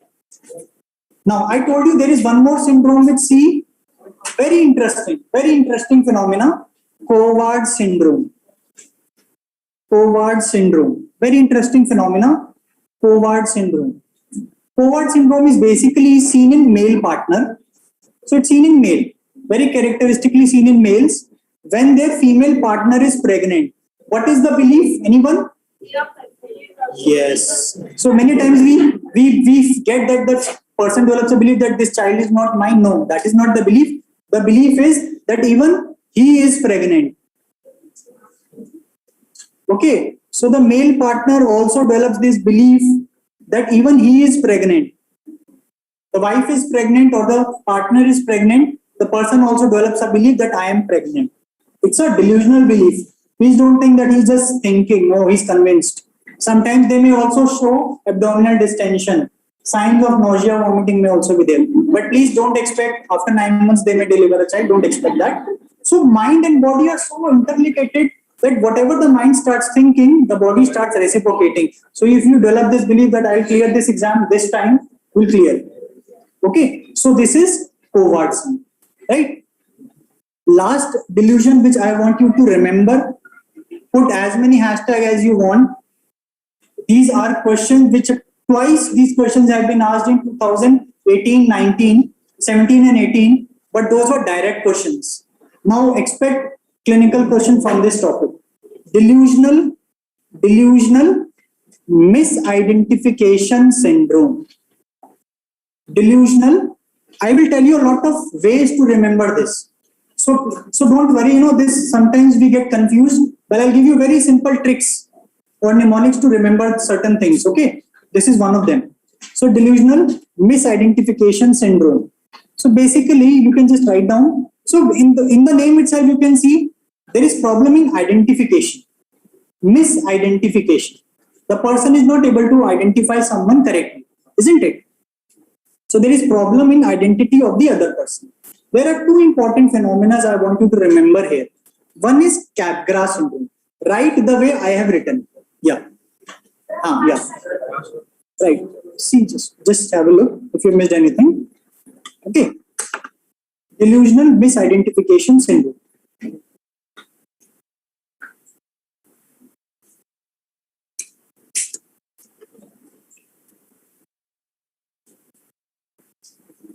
Right.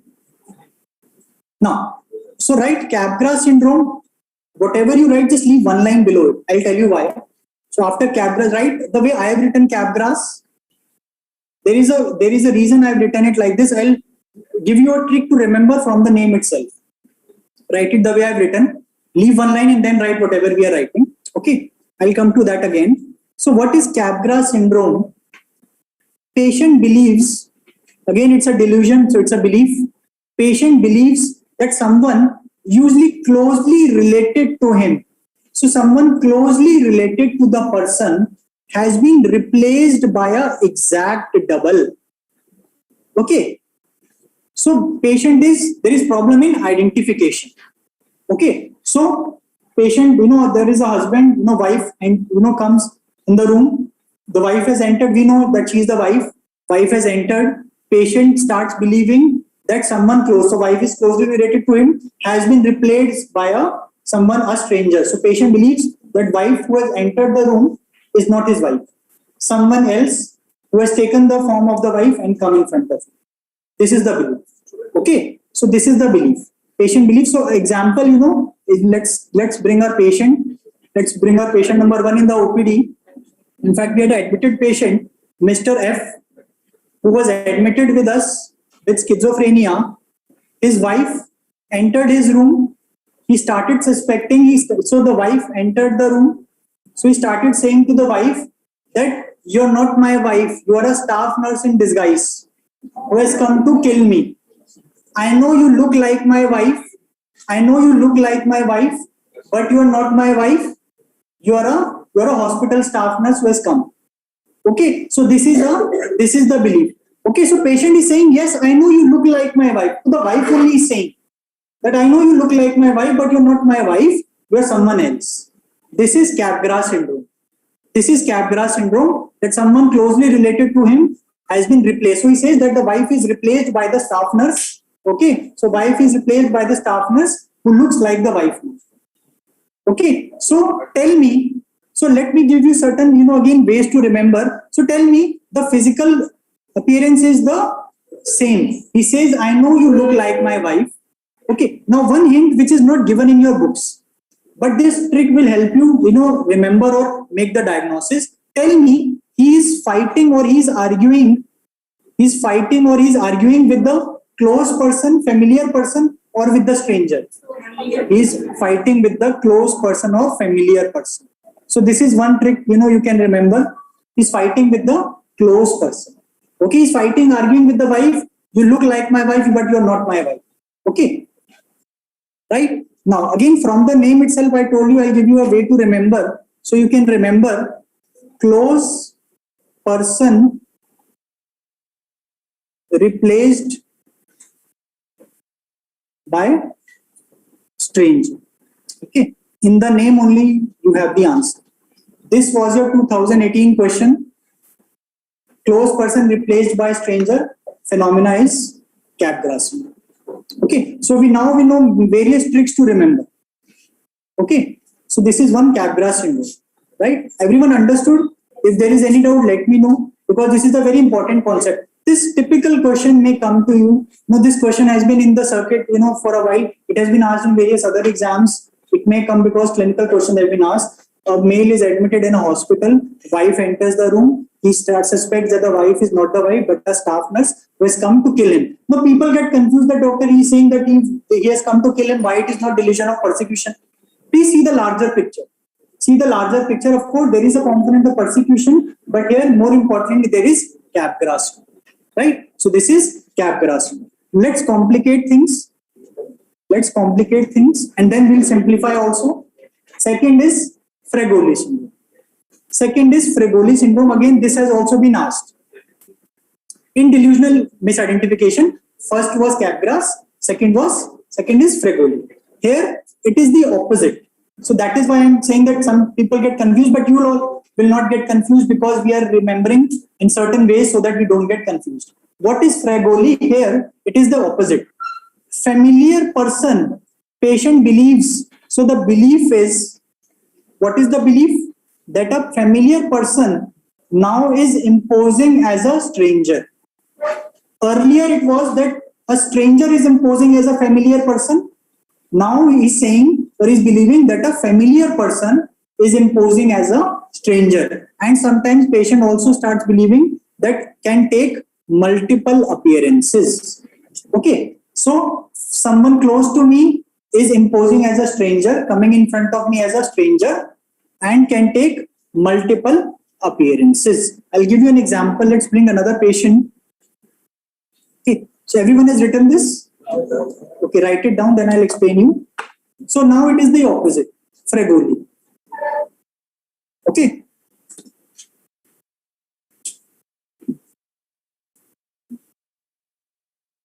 Right, now let's bring another patient. So we have another patient. Okay, so this is a patient number 2. Okay, so Mr. M. So he was walking on the road. Okay, he was just having a morning walk and he came across a stranger. Let's call him stranger number 1. Okay, so he met a stranger. Okay, so let's call him stranger number 1. So he met a stranger. He was walking on the road. So he said to the stranger, I know you're looking like a stranger. You're looking like a stranger, but you are not a stranger. You are in fact my wife who has come in disguise as a stranger. Okay, so the familiar person or wife is imposing as a stranger. Okay, so he believes that the wife has taken the shape of a or disguised as a stranger has come in front of him. Okay, so this is, now he is walking by, he comes across another stranger, let us call him stranger number 2. Okay, so again he says to the stranger, okay, I know that you're looking like a stranger, but I know you're not a stranger. You are my wife, let's go home. Why are you coming in multiple disguises? Let's go home. So, but he is totally a stranger. The stranger doesn't know this person. But this patient is saying that my wife is coming in front of me imposing as a stranger, can take multiple appearances. This is Fregoli syndrome.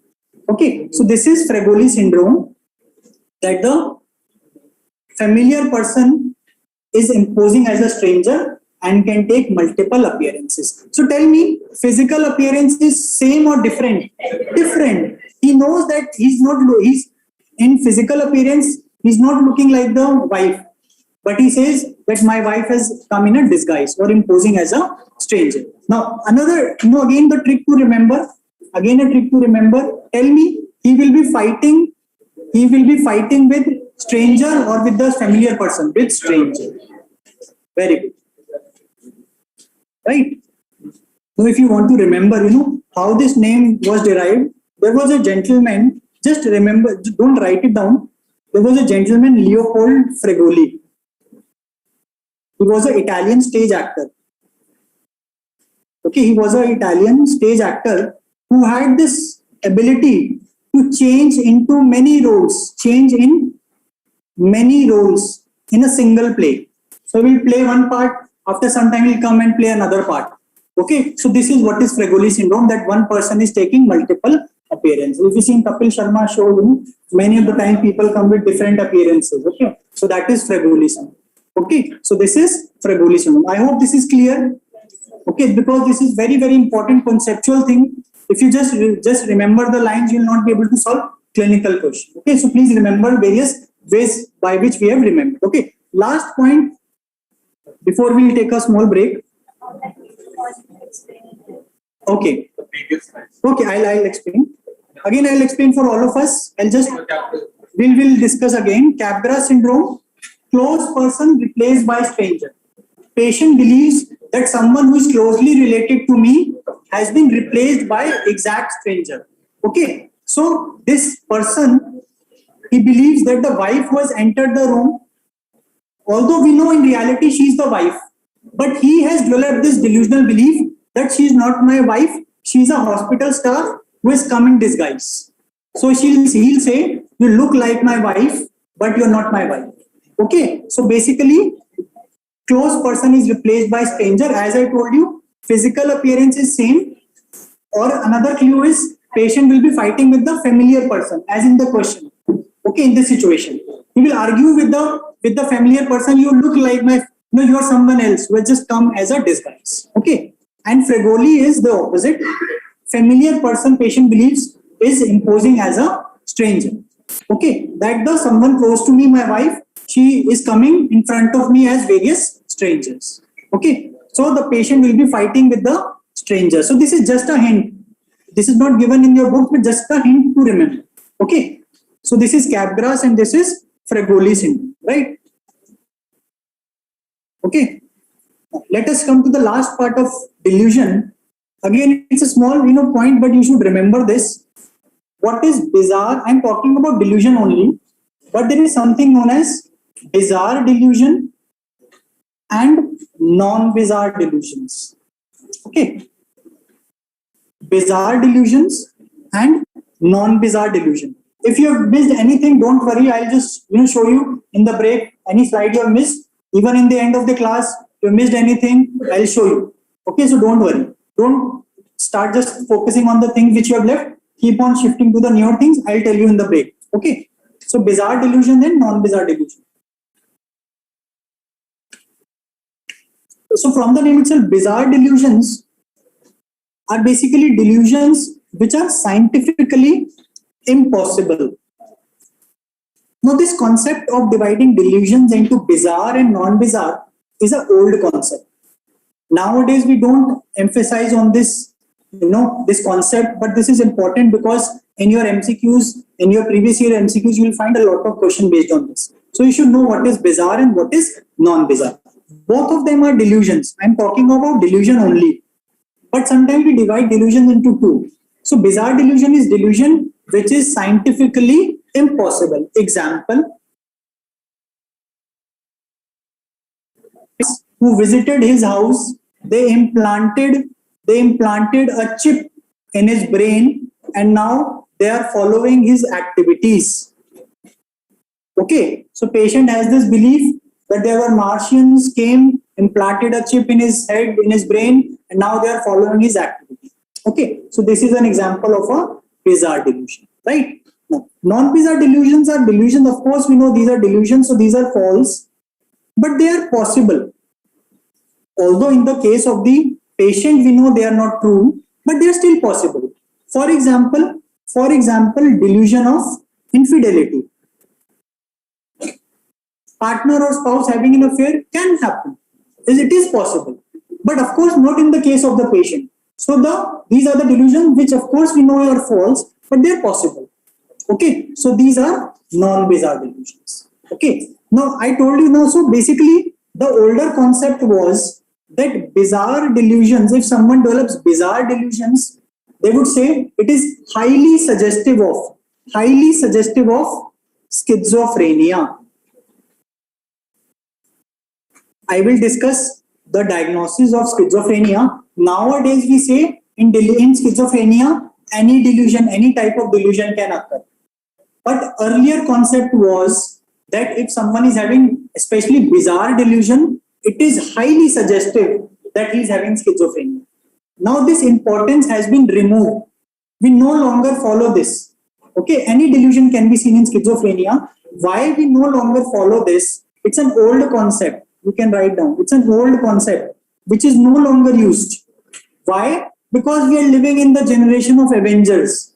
We see so much fiction in the movies, coming from aliens, inter-alien, multiverse, all those things. That patient may develop such beliefs now.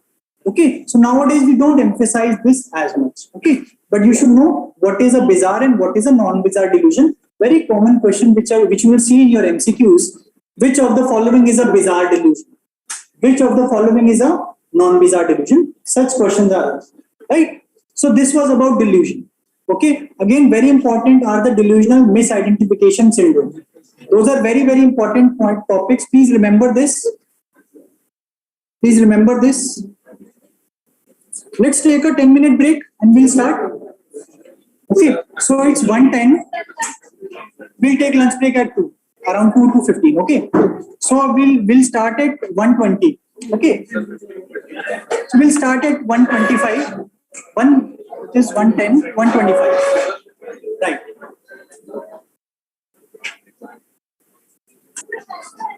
So let us begin. Let's settle down. I hope the voice is clear now. Great. It is clear. Let's settle down. Let's settle down. Let's again. So when we are not able to understand, when all of us are making noise, this is disorganization, isn't it? So let us discuss another important disorder of thought, which is form, which also somehow means disorganization, right? So let us discuss disorder of form, right? Also, just let me know, online students also, if I'm audible, just let me know in the chat box, right? Okay, so form basically means, great, right? So form is basically means organization, or the way in which a thought is put. You may not write it. Let's write less and less things and understand more and more. Form basically means organization.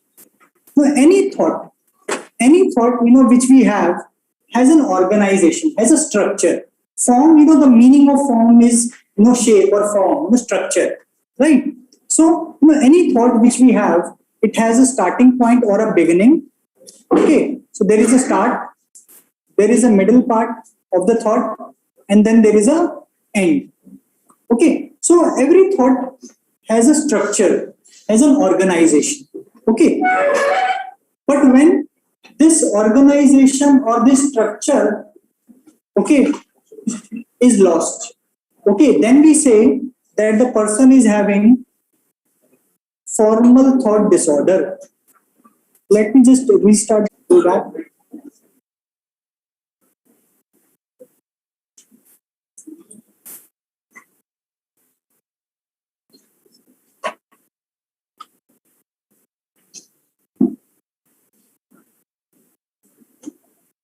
Yeah, right. So let us understand this. So we are discussing when there is problem in the form, we say that the person has formal thought disorders. Okay, so we say that the person is having formal thought disorders. Okay, formal thought disorder basically means that the organization is lost. Okay, formal thought disorders. Formal means from the name form, formal thought disorder, FTD. Okay, we say that there is disorganization. Okay, there is disorganization. So the thoughts are not organized down. Okay, so any thought has a structure. It has a start. It has a middle part. It has an end.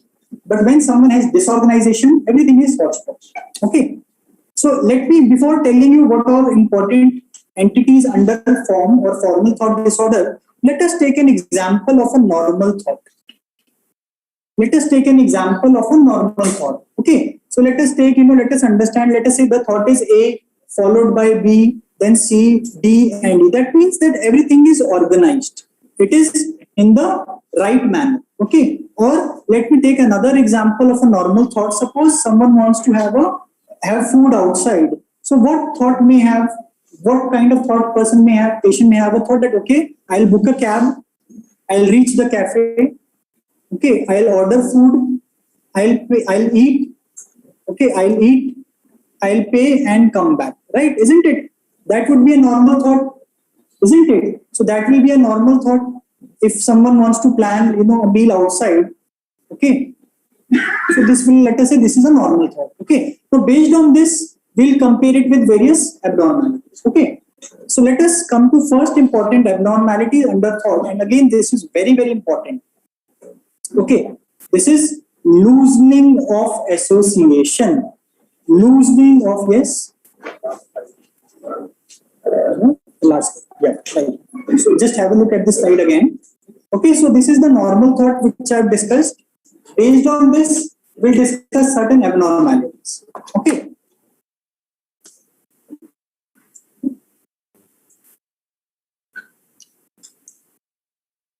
Shall we move? Right. So loosening of association. From the name itself, what is happening? The association or the organization between the thoughts now has loosened. Okay. So what is happening in loosening of association? There is a breakdown in the logical connection of the thought. So the logical connection between the thought has now broken. So there the association or the organization has loosened up. Okay, so what will happen? That words will make sense. Words will make sense, but sentences won't. You will still be able to understand words. Okay, whatever the patient is speaking, you will be able to understand the words, but the sentences won't make any sense. They will appear meaningless. Okay. So I'll give you, so based on those normal thought we had discussed, let's try to understand what will happen if person develops loosening. So this is how patient thought will be there. C followed by D, followed by E, followed by B, followed by D. Everything is jumbled. Everything is jumbled up. The sequence or the order is not making any sense. Okay. So another example, the example which we took, that someone wants to have, food outside. So now if someone is having loosening of association, how the thought will be there in his mind? It will be like this. I will pay, I will book cab, I will order, I will reach, I will come back. So if you ask the patient, what will you do when if you want to eat food outside, the patient will say, I will pay, I will book a cab, I will order, I will reach, I will come back. Is this making any sense? No. Of course, we are able to understand certain components. We are able to understand the words, but in totality, we are not able to understand how the thought is organized. This is loosening of association. Everything seems to be jumbled up because the association has loosened. Okay. Now, just for your query, if I ask you, let us say they have given this in the question. They have said that some patient is speaking like this. Okay. And they ask you what is this phenomenon. Okay. And one option is loosening of association. Other option is flight of ideas. Now please understand, flight of ideas is related to speed. But in the question, how you will judge the speed? We don't know, because speed will be judged when you will listen to it. Right? So how will you differentiate? Because for flight of ideas also, please understand, if they want to ask you flight of ideas, they will give many words. Patient has spoken many words. Just by one or two words, you will not be able to say flight of ideas. So how will you say whether this is loosening or this is flight of ideas? Anyone? Can you just see your notes of flight of ideas and see what important thing, how the thoughts are connected. Are they connected? They are connected by whatever way, but they will be connected. There will be some connection. Is there any connection here? There is no connection. There is no connection. Okay. So there will be some connection in flight of ideas. So this is how you can differentiate. Okay. So this is loosening of association. I'll give you an example. The question which was asked in 2019, I'll show you that question. Very beautiful question. So that flight of ideas will become even more clear. Right. So this is loosening of association. Again, this is a very important topic. First, they may ask you what is the phenomena. You will be given loosening of association. Then they may ask you where it is seen. Anyone? In which condition it is seen? Schizophrenia. In fact, most of these formal thought disorders or disorders of form, many of these, in fact, you can just, remember, many of these may be seen in schizophrenia. Okay. So many of them we will discuss, the answer will be schizophrenia. Okay. So in schizophrenia, because the organization of thought is lost. Okay. The organization. In flight of ideas, although the speed is fast, still there is some organization. Some connection is there. Here there is no organization. Okay. Disorganization. Right. So again, this is very important. loosening of association. From the name itself, you can remember. Second is derailment. What is derailment? From the name itself, what is derailment? The rail is moving on track and suddenly derailed. This is what you mean by derailment. The train is moving on track and suddenly it got derailed. Okay, so you must have heard the headlines, a train got derailed. Okay, so this is derailment. I'll tell you how to remember what is derailment. Or other name for this is knights move thinking. How does a knight move in the chessboard? It goes straight and suddenly takes a left or right. Suddenly there is a turn. Okay, this is how a knight moves in chess. So this happens in this formal thought disorder. Basically what happens is that the person jumps off the track. The patient jumped off the track suddenly. Suddenly, patient was talking about the topic which you were discussing and suddenly jumped off the track to proceed to an entirely different topic. Okay, so patient was on the track, you were discussing something with the patient was telling you certain things, and without any reason, he suddenly changed the topic and went on that newer topic. Okay, so that example, let us say, so this was the example A followed by B. So this should be the usual track, but patient suddenly got derailed and started a new topic. Okay, and he went on about that new topic. Okay, another example. Okay, let us say that same example which we had discussed. So if someone wants to have food outside, so what will be the thought? It will be, I'll book a cab, I will reach cafe, but rather than going to that topic, suddenly he started talking, oh my God, India, there is a 4th test match going on today. Who will win? 5th day. India. I hope India wins, but we don't know. And suddenly he goes on to that new topic. Okay, so he was on the topic, on the track, and suddenly got derailed. Okay, so there is problem in the organization. Okay, so this is derailment. Okay, everyone understood what is derailment? This is derailment. Again, this may be seen in schizophrenia. Okay. Okay, schizophrenia. Right? Everyone has written this? Great. Now, third is, again, very interesting. This is important. This, in fact, there was a question in 2019, December, question on tangentiality. In many of your guidebooks, the answer is wrong. I'll tell you what is the answer. The answer was tangentiality. I'll tell you, we'll see the question. Okay, so now you know, not only should know, but you should understand the concept. A very beautiful question was there on this. So many questions have been asked on this topic recently. Okay, so let us try to again, let me give you another trick to remember. When you remember these tricks, things become very easy. But let's go to our geometry classes in our elementary school. What is a tangent to a circle? A tangent to a circle is a line which touches the circle at one point. It goes away. Does this line ever come back to the circle? No, it never returns. So what is tangentiality? Tangentiality is that the patient reply to an answer is in an oblique or in a tangential manner. It's in an oblique, in a tangential manner. That means the patient touches the topic and go away. Tell me, the goal is reached or not reached? Very good. The goal is not reached. Now, can you differentiate this from circumstantiality?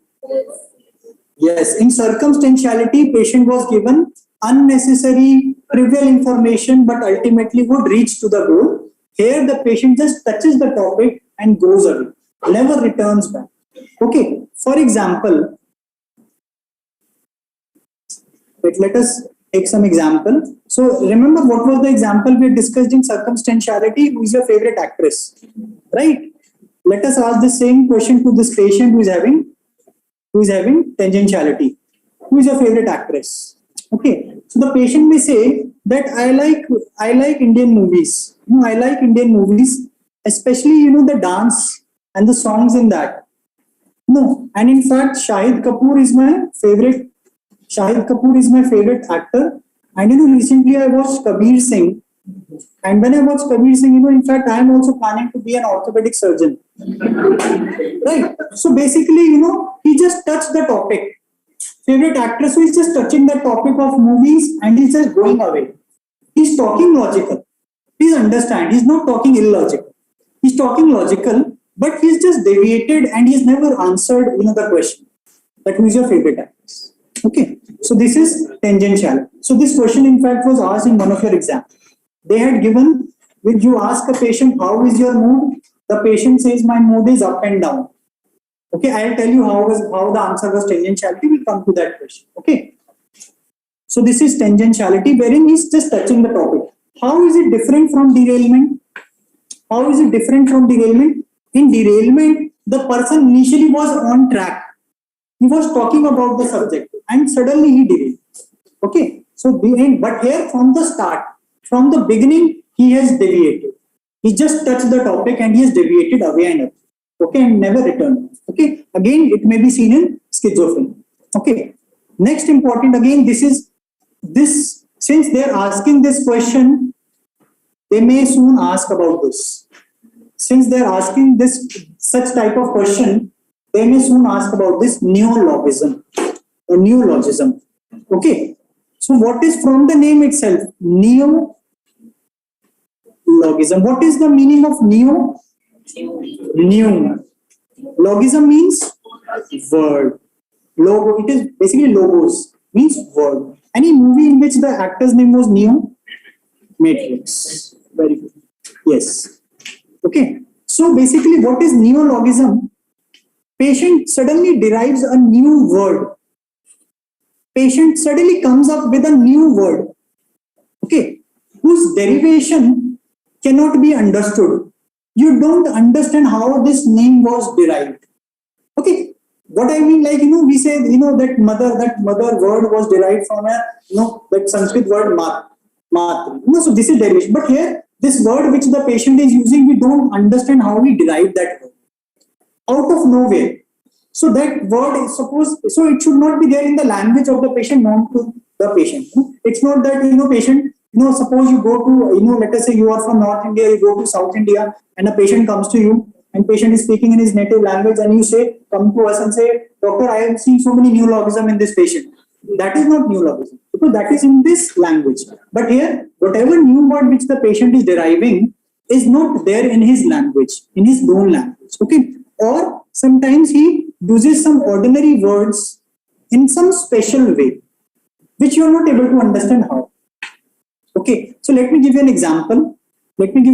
So patient, you're talking to the patient and he's speaking normally, and suddenly, while conversing, he suddenly comes up with this name that, doctor, I got a new coordinate vat toe. Doctor, I bought a new coordinate vat toe. You say, what are you saying? Doctor, I bought it, recently. It's a black color. It's a very, very new branded, I bought it. It's very fine, very handy. You're not able to understand what he's saying. Then he just point out to his watch and says, doctor, I bought a new coordinate watch. So that means he just suddenly derived a new word out of nowhere. And you're not able to understand how it is derived. This is neologism. So you may be given that you're talking to a patient and suddenly he's using some word which is not there in his language. You're not able to understand. What is this phenomenon? This is neologism. And very important, it may be seen in schizophrenia. Very important. Schizophrenia, very, very important. Please highlight this neologism. Highlight this again. You may get this as one of the questions again. It's a very, very important topic which can come as an MCQ. Very important. Okay. So this is neologism. Everyone has written? Okay, you can write down. Okay. So basically there is problem in organization. We are not able to understand how this new word is popped up, which is not making any sense. Okay. Now, next is talking past the point. Next is talking past the point, or also known as verbatim. Again, just understand this concept. Okay, not that important, but still you should know. Okay, so you should know this. What is talking past the point?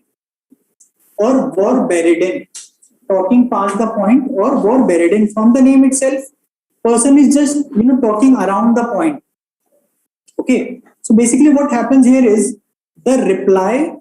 So whatever patient has replied, it shows that the patient understands the question. Patient understands the question. So whatever patient has replied, his reply is telling you that he understood the question.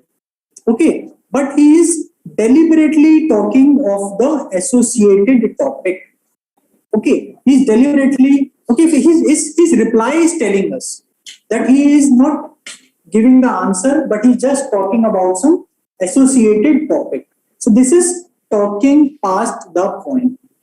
Okay, this is talking past the point. Okay, I'll give you an example. Yes. Yeah, please tell. That's what I'm saying. Yeah, that's what I'm saying. But his reply will tell us. We'll not be able to, he'll not say, oh, doctor, I'm deliberately saying so. But his reply will tell us that he understood the question, but deliberately is giving often some associated topic. So his answer will tell us. We'll point out that probably. So I'll give you an answer, then we'll understand. Let's take this example. Suppose you ask a patient, what is the color of grass? The patient says, doctor, the color of grass is red. Right. So his reply is telling us he knows that, okay, we understood, we are asking about some color, and he's giving some answer of an associated topic. Okay. So this is talking past the point. Potentiality, here he is talking about some different topic, and he goes on about it. Here, the patient's reply may be just about some answer. Okay, just single word. But that here he just touched the topic and went away. Here, he will reply of an associated topic. For example, if someone is talking about, what is the color of grass, if it has to be tangentiality, he may say that, I have a grass cutter at my home. That is, that is very big. I use it very often. He just moved on that topic.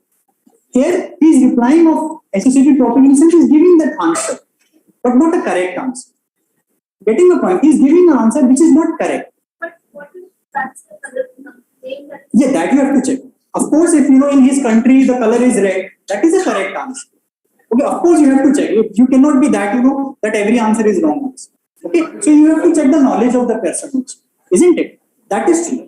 Okay, but the answer is telling me, if you ask what is the color of hair, he may say it is blue because he will say my mother had always blue hair. I have always seen blue hair. Of course, then that is logical. That is no abnormal. Then we will not say there is an abnormality, there is a logic. But here there is no logic. Okay, so this is talking past the point. Now, one important point under this I want you to remember, there is a syndrome known as Ganser syndrome. Okay, there is a syndrome known as Ganser syndrome, which is associated with talking past the point. This has been asked in some exams. Okay, so Ganser syndrome is basically, it is seen in prisoners. Okay, yeah, so you can say Ganser is seen in gangsters. Okay, prisoners. Right. So basically, it was said in prisoners, this phenomena was seen, talking past the point. Okay. When this phenomena was first described, okay, it was seen a lot of prisoners, this phenomena was seen. But now we know that even in other population, this may also be seen. But they have named this as Ganser syndrome, talking past the points when it was seen in prisoners. Okay, so Ganser syndrome is nothing but talking past the point, which was seen in prisoners. So they've given that term. Okay, but now we know it can also be seen in other populations. So it is not restricted to prisoners, right? Right. So this point you should remember. This has been frequently asked. This question has been frequently asked. Ganser syndrome. Okay. Yeah. So how is the disorder? Yeah, basically, because we don't know. The answer is only telling us. So we are just trying to understand that he's maybe deliberately telling us. Okay, but we don't know. He's not. If he accepts, then it is not a disorder. If he says, "Oh, doctor, no, I was deliberately giving the wrong answer," then it is not a disorder. It is something known as malingering. We'll come to that. Okay. Yeah. If we say deliberately, then we'll say it's a disorder. Right? Yeah. Right. In all the cases, Right. and this, they won't answer the question. They won't We, answer the we don't know. We don't know. The reply is telling us. The reply. So focus on the reply. In tangentiality, please understand, here he is given a right, in a sense, he is given an answer, direct answer. In tangentiality, he has just touched that topic. Here he has not touched the topic, he is giving a direct answer. In tangentiality, when I asked who is your favorite actress, he didn't say that, he didn't give an answer, Kareena Kapoor, although let us say his favorite actress is Deepika. Then that would have been cancer. Yeah. Right? Now, Ganser syndrome is basically, it was described in prisoners who were having this phenomenon of talking past the point. So they named it just like Cotard syndrome, delusion, depression with delusion of nihilism, they termed that Cotard syndrome. Similarly, they gave this term. So you should know. But now we know it is not restricted to prisoners, even in other population also it may be seen. Right? Last of disorder of form is verbigeration. Verbigeration. Okay. Last is verbigeration. Now here it is, the thought is, disorganized so much that the speech is reduced to senseless repetition of some words, phrases, or noises. Total speech is just reduced to, he's just making some noise, ha, ha, something like this. Or just repeating certain words, not making any sense. That means in his mind, the disorganization is so much that, the output is this, where everything which is coming out is meaningless, right? And when, at times when it becomes very extreme, okay, when it becomes very extreme, another example, of Ganser syndrome, someone has asked. So, if you ask what comes after Tuesday, person may say Saturday. Okay. Now, please understand, you have to check that otherwise his cognition is correct. If he's answering everything wrong, then that is something else. Okay. Everything else is normal, but he's just certain specific answers he's doing wrong. Okay. That is Ganser. Okay. So, when the verbigeration becomes severe or extreme, we call it as word salad or word salad. Just like in a salad, everything is mixed up. Fruits, vegetables, everything is mixed up. Similarly, the speech is mixed up. It is just, repeated words, phrases, noises are there. So this is word salad. Okay.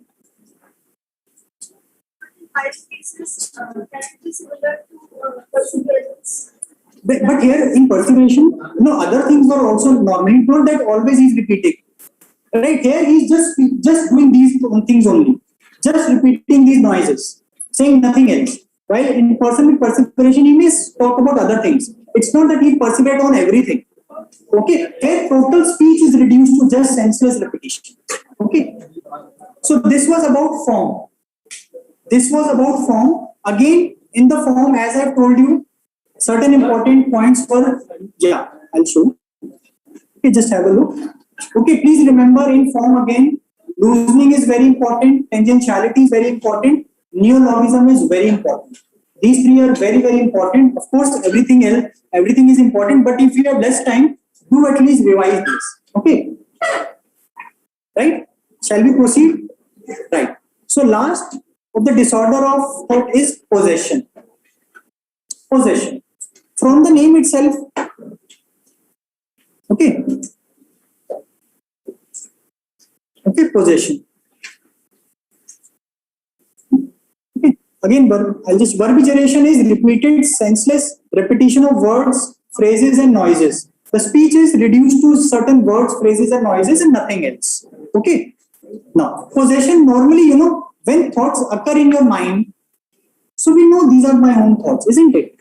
If you are having certain thoughts right now, okay, you're thinking about, okay, I'll go and I'll finish my, let us say Money Heist episode. So you know that these thoughts are my own thoughts, isn't it? So I possess my own thoughts, isn't it? But sometimes, so there is a normal experience that my thinking is my own. But sometimes patient has this loss of control over the thinking, that I'm not able to control the thoughts. Or there is a loss of sense of possession of thinking, that whatever thoughts are occurring, I don't possess them. Okay, these are not my own thoughts. then we say it's a disorder of possession. Okay, normally we know our thoughts are under our control and we possess them. Okay, they are our own thoughts. But if some patient says, doctor, there are certain thoughts in my mind which are not my thoughts. Someone has put these thoughts inside my brain. Then it is disorder of possession. Right? There are two very important. I'll repeat anything which you have any doubt. We'll take up in the break. Okay, we'll take in the break. If there is any doubt left, don't worry. Right? Now, so first is obsession. Now, this is very important because there is some controversy in this question. Okay, so please remember, obsession is a disorder of possession of thought. Okay, because you know what is the controversy here? In some books, this is put under content of thought. In some books of psychiatry, they put obsession under content of thought. Okay, so there is some controversy even when you see certain question. But please understand the basics. You know, there are certain books which we say basics for these, all these, you know, basics of psychiatry. All those books say or put obsession under possession of thought. So please remember. So this is in fact, you know, this question has again flared up. It's an old question, but again it has resurfaced again because of certain controversy. So you may get this question in your exam. So this is very, very important. So what did you write After? Images. I'll tell you, don't worry. We'll come to that. So basically, what is obsession? I'll discuss what is obsession when I talk about OCD, but still let us understand the basics. What is the obsession? These are basically repetitive thoughts. So patient says, doctor, I'm getting certain repetitive thoughts, or there are certain repetitive images. You know, when we visualize, we get images in our mind. So we're talking about those images. Or impulses. What are impulses? Impulses mean certain urges. Okay, so patient is saying, doctor, I'm getting a repeated urge that I should stand up.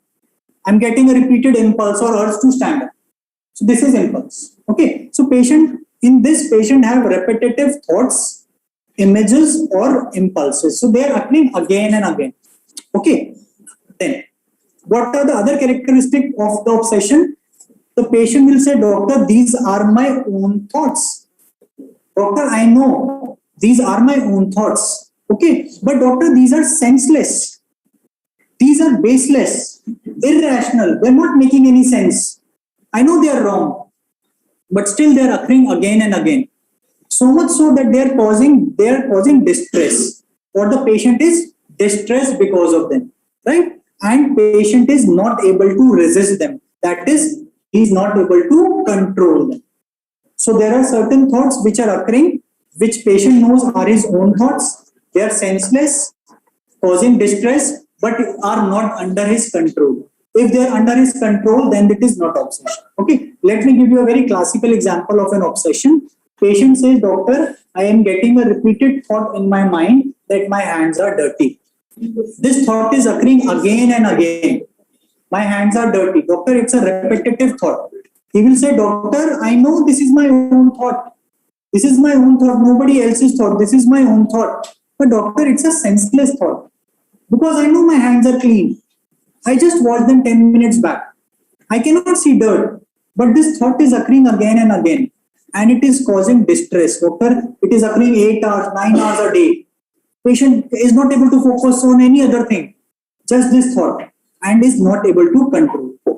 So this is a classical example of obsession of contamination. Don't worry, don't write it down. I will discuss all the important obsessions and compulsions when we come to OCD. But this is what is, so why obsession is under possession of thought? Because the thoughts are not under control, although they are patient's own thoughts. So many times, because they are our own thoughts, patient, many times patient comes after 6 months, 1 year, they, because they are not able to understand why it is a problem. They feel that it's my own thought, I should be able to control. But ultimately then they come to us. Okay, many times patient comes after a long time because they're not able to differentiate whether it is normal or abnormal, right? So this is obsession. Second and the last important phenomena under possession is what is known as thought alienation. Thought alienation, alienation or alien. My thoughts are alien. thought alienation phenomena, or also known as passivity of thought. That is, these are not my own thought, I am just a recipient. Passively they are occurring to me. Okay. Again, very important. Again, this is very important. Okay. So what is happening here in thought alienation or passivity of thought? What is happening? The own thoughts, or you can say that the thoughts are under some outside influence. Patient says that my thoughts are either not my thought or they are under some outside influence. Someone is, is interfering with my thoughts. Okay, so there are three important phenomena under this. From the name, we will be able to understand. One is thought insertion. One is thought insertion. What is thought insertion? That outside thoughts are getting, very good, outside thoughts are getting inserted into me. So patient will say, doctor, someone is, so let us write down. So patient will say, someone is inserting the thoughts inside me.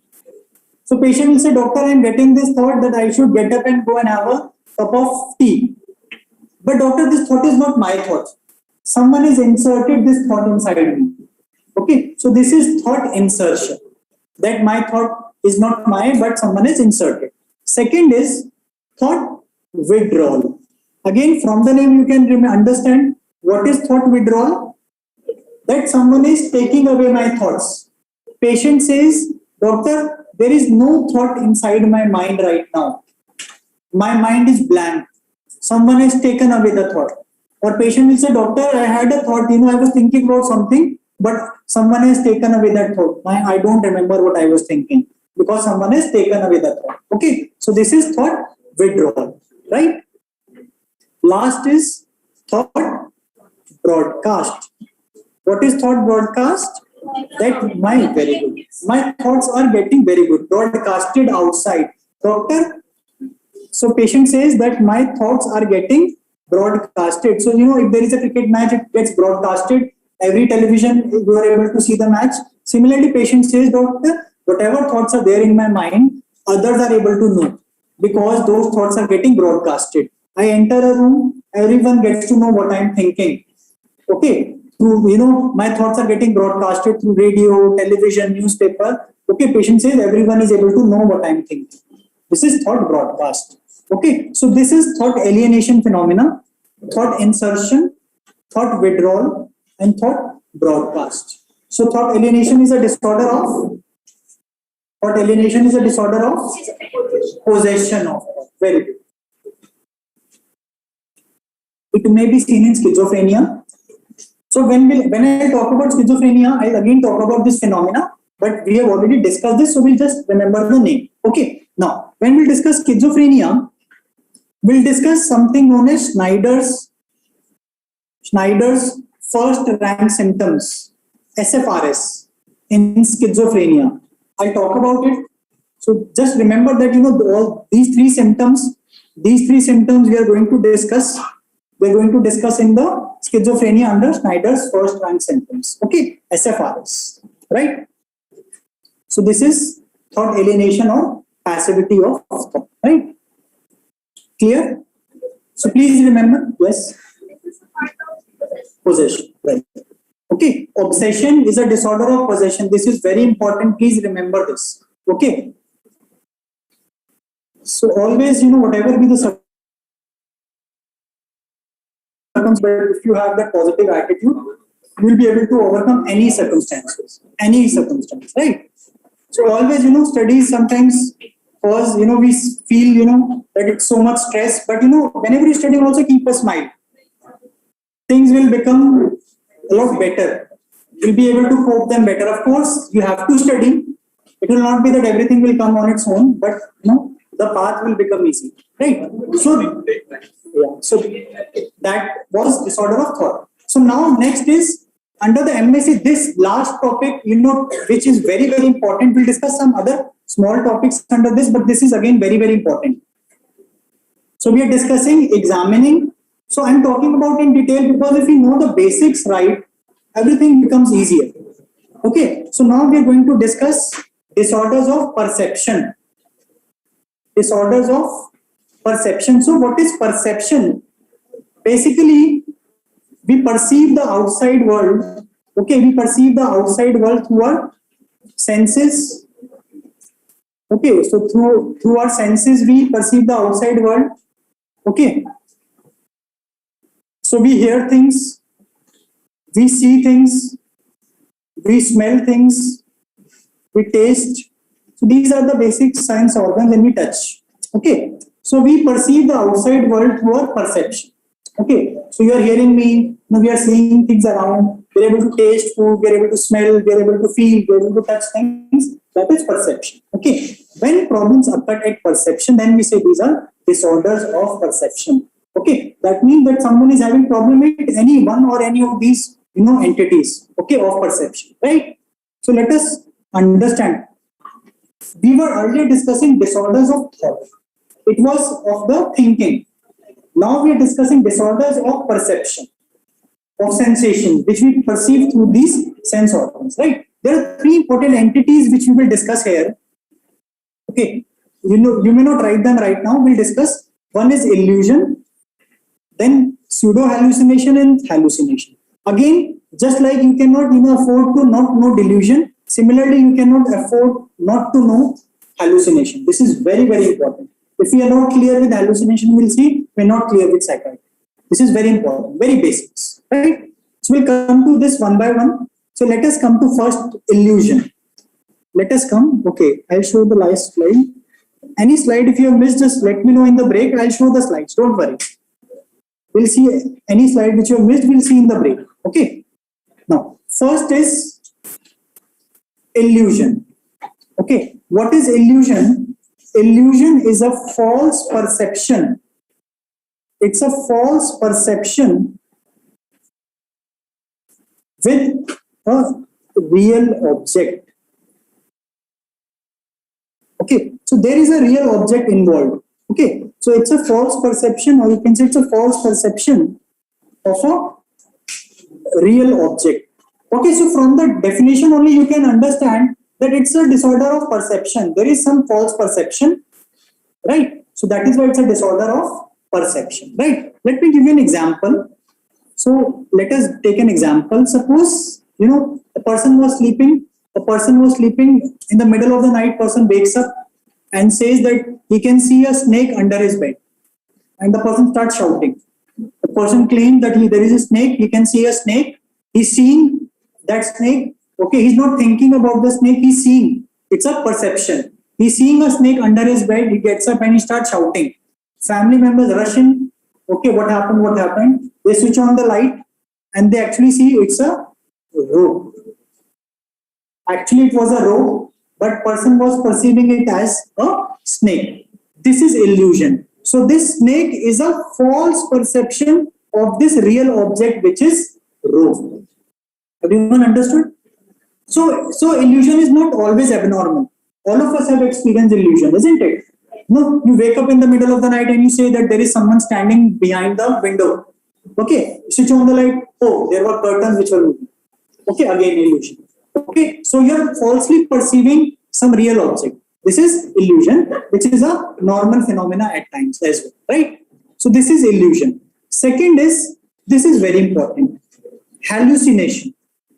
Second is hallucination. What is hallucination? Again, it's a false perception.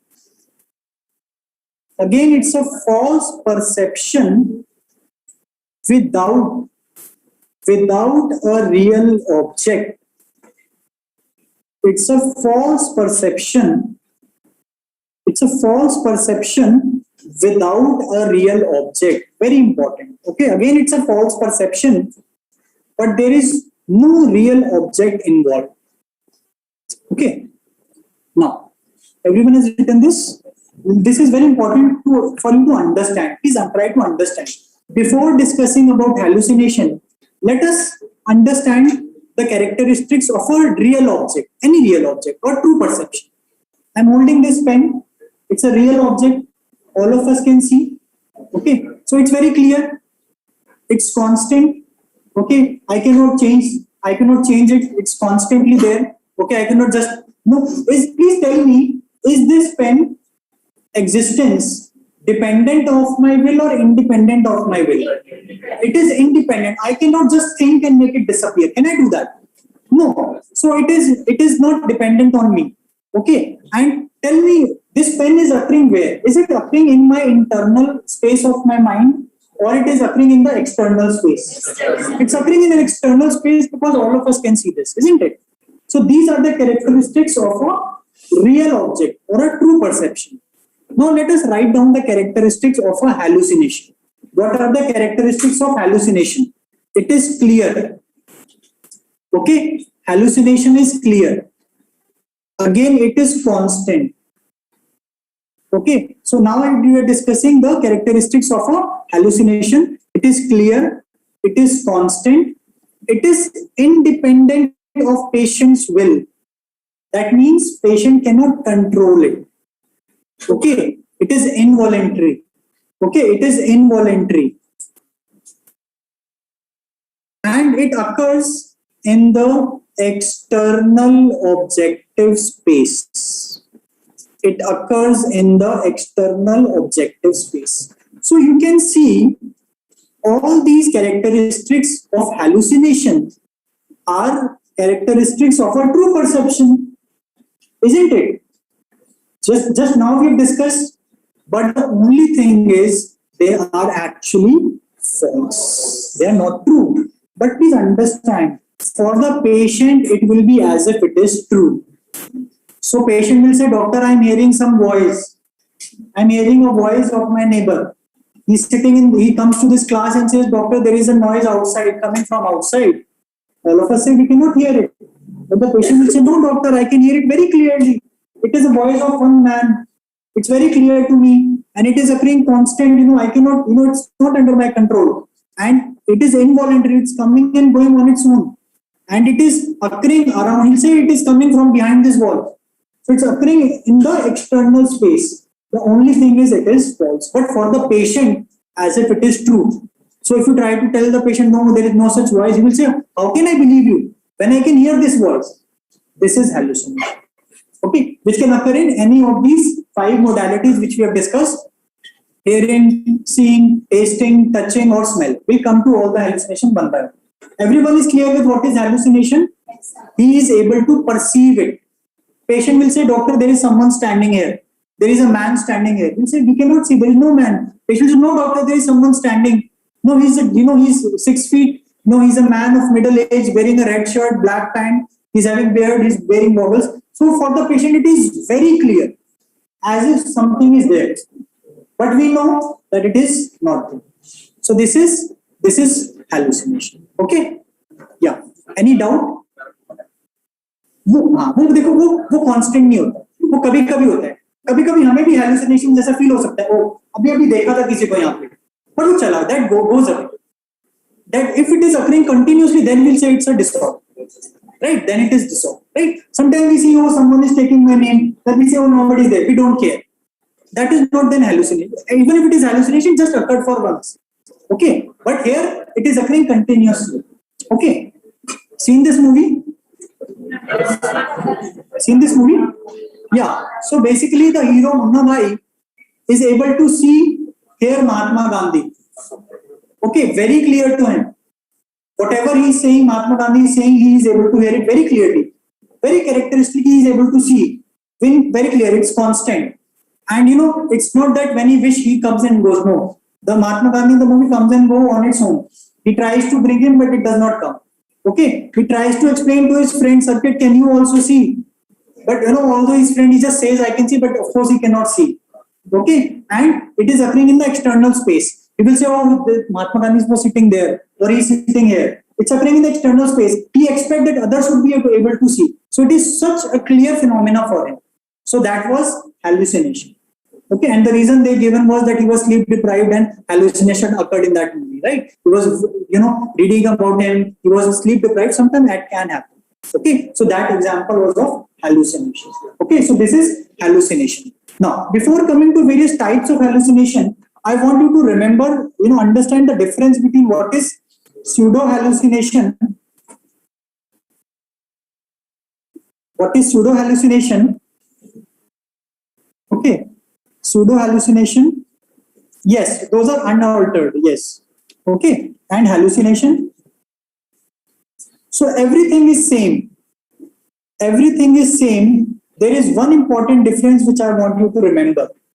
Like pseudo hallucination is also clear. It is also clear. It is also constant. Okay, it is also involuntary. Okay, involuntary or independent of patient's will. The only difference is where it is occurring or where it is located. Please understand this. Here in pseudo hallucination, patient says that this perception is occurring in the inner subjective space. It is occurring in the inner subjective space, while hallucination is occurring in the external objective space. That is the only difference. So what is this inner subjective space? What is this inner? Suppose let's imagine that, if you have gone to any hilly area in the past, if I ask you just for a while, just visualize that hilly area where you have been.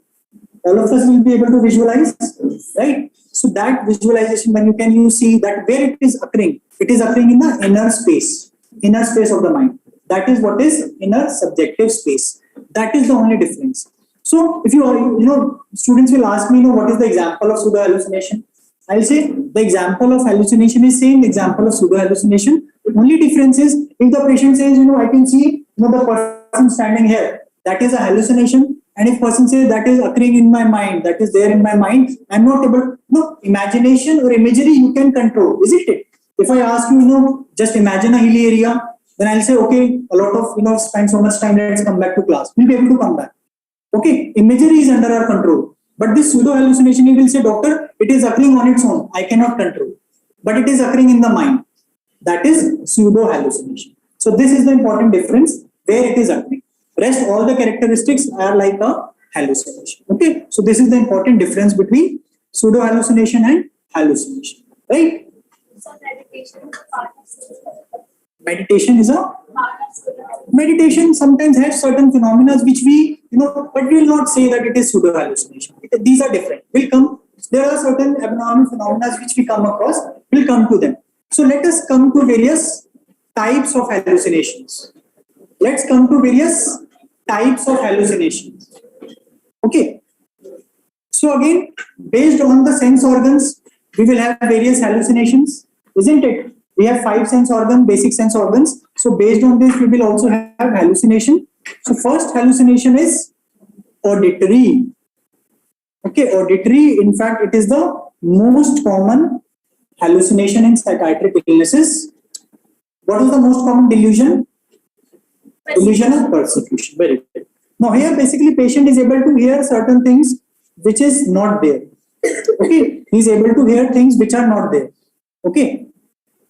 He may be able to hear, voice of someone, or maybe he able to hear animal sound, or any other sound like bells. It can be anything. Knock on the door, anything. Cell phone ringing, anything. Okay. So hallucination. Now again, auditory hallucination can be further divided into. So auditory hallucination can further be divided into 3. One is first person auditory hallucination. First AH is auditory hallucination. First person auditory hallucination, also known as thought echo. First person auditory hallucination or thought echo. What is this? Patient can hear his own thoughts. Patient says, doctor. So when first person means it is related to only the patient person. Okay, so patient says, doctor, I can hear my. So please understand, all of us know our thought. We know that what thought is occurring. That knowing is not hearing. Please remember this. So you know what thought is occurring in our mind. That knowing is not hearing. You know your thoughts. That is different from hearing your thought. I'll tell you what happens. So basically, patient says, doctor, I can hear my own thoughts. Okay, thought echo. As if the thoughts are echoing. So what happens? Patient says, This is thought echo. Okay, this is thought echo. So I'll tell you why we say thought echo. Suppose patient says, doctor, I'm having this thought that I should go and have a piece of cake from the refrigerator. There is the thought, and doctor immediately after this thought, there is a voice which I'm hearing, which is saying the same thought. This is what I mean by hearing the thought. As if the thought has echoed. Okay, echo means to repeat. So, when you go into a valley, your voice will echo. So it is repeated. Okay, so this is thought echo, as if my thought is echoing.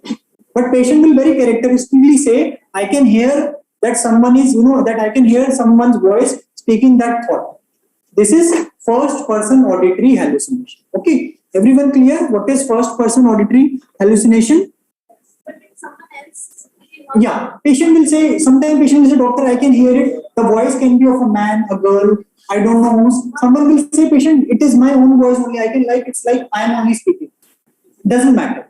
Okay, but it should be a voice which is speaking the thought, right? Second is second person auditory hallucination. In English grammar, when are you second person? When someone is talking to you, you become second person, right? So what is happening here is patient hear a voice talking to him. So patient says, doctor, so if this is the patient says, doctor, I can hear someone talking to me. Right? So patient will say, doctor, I am hearing a voice. That voice is saying that you should get up. You are a very bad person. What are you doing? So I am hearing such voices which is talking directly to me. Okay. So this is second person. Okay. This is second person. Right?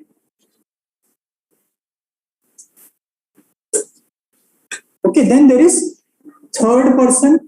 What is third? When are you the third person? When some other people are talking and you're there, they may be talking about you, then you become the third person. Okay, so patient says, doctor, I can hear there are two or more voices which are speaking amongst themselves, and he's able to hear their voice. Okay, so like, patient says, okay, so this is the patient. So there are two, let us say there are two or more people or more voices which are talking amongst themselves. They're talking amongst themselves, but the patient is able to hear it. Okay, so doctor, and there are certain voices which are talking. But 2-3 voices are there. One is a boy, one is a girl, and they're talking about something, and I am able to hear their voice. This is third person auditory hallucination, right? So these are 3 important auditory hallucination. Under the third person, 2 important hallucination. Under the third 2 important example, I want you to remember. Under third person itself, one is running commentary. One is running commentary. So patient says, doctor, when you switch off a television, when you sports channel, you will see that there are commentators who are commenting of what is happening in the field. So you'll hear this commentary of now the batsman is ready, the bowler has bowled, and the batsman is just picked for a 6. So whatever people are doing, the sportsmen are doing, the commentators are saying that. Similarly, patient says, doctor, whatever I am doing throughout the day, I am getting a running commentary of it. So patient will say, doctor, I hear it when I wake up from bed. I hear, oh, he's waken up from the bed. Now he's going towards the washroom. He's come back. Now he's going to the kitchen. He's opened the refrigerator. So doctor, I'm getting this running commentary which is occurring throughout. Continuously this commentary is occurring. Okay. So this is one example. Another is patient says that these voices are discussing patient among themselves. So patient says, doctor, I am hearing 2-3 voices which are talking to each other, but they're talking about me. So, doctor, I hear a voice which are saying, look, he's such a bad person. Yesterday he shouted on his mother. He's such a bad person. He's good for nothing. So I'm hearing this voice that they're discussing. They're not talking to me, but they're talking to each other about me. Again, this is an important example of third person. So please remember these important examples. I'll discuss them again when I'll discuss schizophrenia. Okay, their importance, right? So these are the auditory hallucination. Everyone clear with auditory hallucination? Right? Clear? Right. Then next is visual hallucination. Just in another 3-4 minutes, we'll take our lunch break. Okay. Next is visual hallucination. Visual hallucination. So what is visual hallucination? Person is able to see very good things. Okay. So it could be, again, it could be people, it could be animals, it could be objects, anything. Okay, objects, animal, anything, right? Now, again, these hallucinations we know can be seen in, these are seen in psychotic disorders, but this visual hallucination, if you come across this visual hallucination either in your MCQs or clinically, okay, when you see patients, even if you're not doing psychiatry, but you come across any patient, because sometimes these other patients of other branches may also show these symptoms. Okay, if visual hallucination is there, that is, patient is claiming to see certain things which are not there. Okay, one thing which should pop out in your mind, which you should think and you should try to rule out, is organic mental disorders or organic brain disorders. Organic mental or organic brain disorders. Very, very important point. This is a very important point. Highlight this point. Okay, of course, visual hallucination can be seen in psychotic disorder. Patient with schizophrenia can also have visual hallucination, no doubt. But when patient is specifically having visual hallucination, there may be high chances that he is having some organic mental or organic brain disorder. This point is very, very important. Especially, if some MCQ come, visual hallucination, I'll tell you some organic mental disorders. I'm not saying that just visual hallucination will make the diagnosis, but it should come to your mind, right? Now, next is, okay, I'll just repeat this. So these are the two slides of auditory hallucination and visual hallucination. Auditory is I'm hearing things which others are not able to hear. But patient will be convinced that, it is true. Okay, and visual is patient is seeing certain things. So if you say, no, there is nothing, patient will say, I can see it. How can I deny it? Okay, you've seen Beautiful Mind? Anybody seen that movie? You could see people there. There is a girl. No, later on in the end, he realizes that this girl which he's seeing for 4 or 5 years never grows up. That insight has developed. So maybe it is abnormal. But generally, he was a man of great intellect. But normally such insight don't develop. Right? Next is olfactory. Right? Yeah, that is more of an illusion. That is more of illusion, because when you are able to see, it's just a cloud, isn't it? Yeah. So next is olfactory. What is olfactory? Smell. So patient will say, doctor, there is some smell coming. I'm able to smell something. Okay, but others are not able to smell. That is olfactory. What if the patient says, doctor, I know there is a bad smell around. I'm not able to smell it, but I know. Yes, it is a division of halitosis. Remember olfactory reference syndrome, right? And what is gustatory? Taste. Very good. So patient will say, doctor, there is some taste which I can perceive a taste, although there is nothing on his tongue. There is no food is kept on his tongue, but patient will say, doctor, I can feel a taste. There is a taste I can get. Okay. Again, these are less common. Not very common, but of course they can be seen. So very important again point I want you to remember. Olfactory, gustatory, they can be seen in schizophrenia, no doubt. But if you find olfactory, OH is olfactory hallucination, GH is gustatory hallucination. If you find them in the MCQ, okay, please mark this point. If you find them in the MCQs, try to see if they're talking about any temporal lobe disorders. Temporal lobe disorders, very, very important. Okay, any temporal lobe disorders they may be talking about. Just try to find out.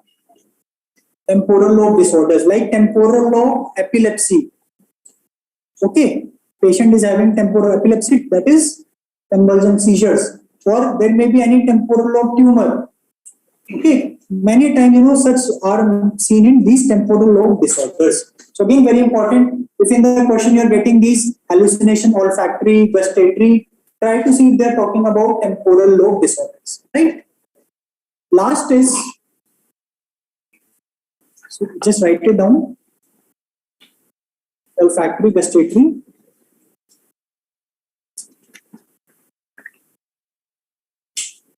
Okay. Last is tactile hallucinations. Tactile hallucination is sense of touch. Very good.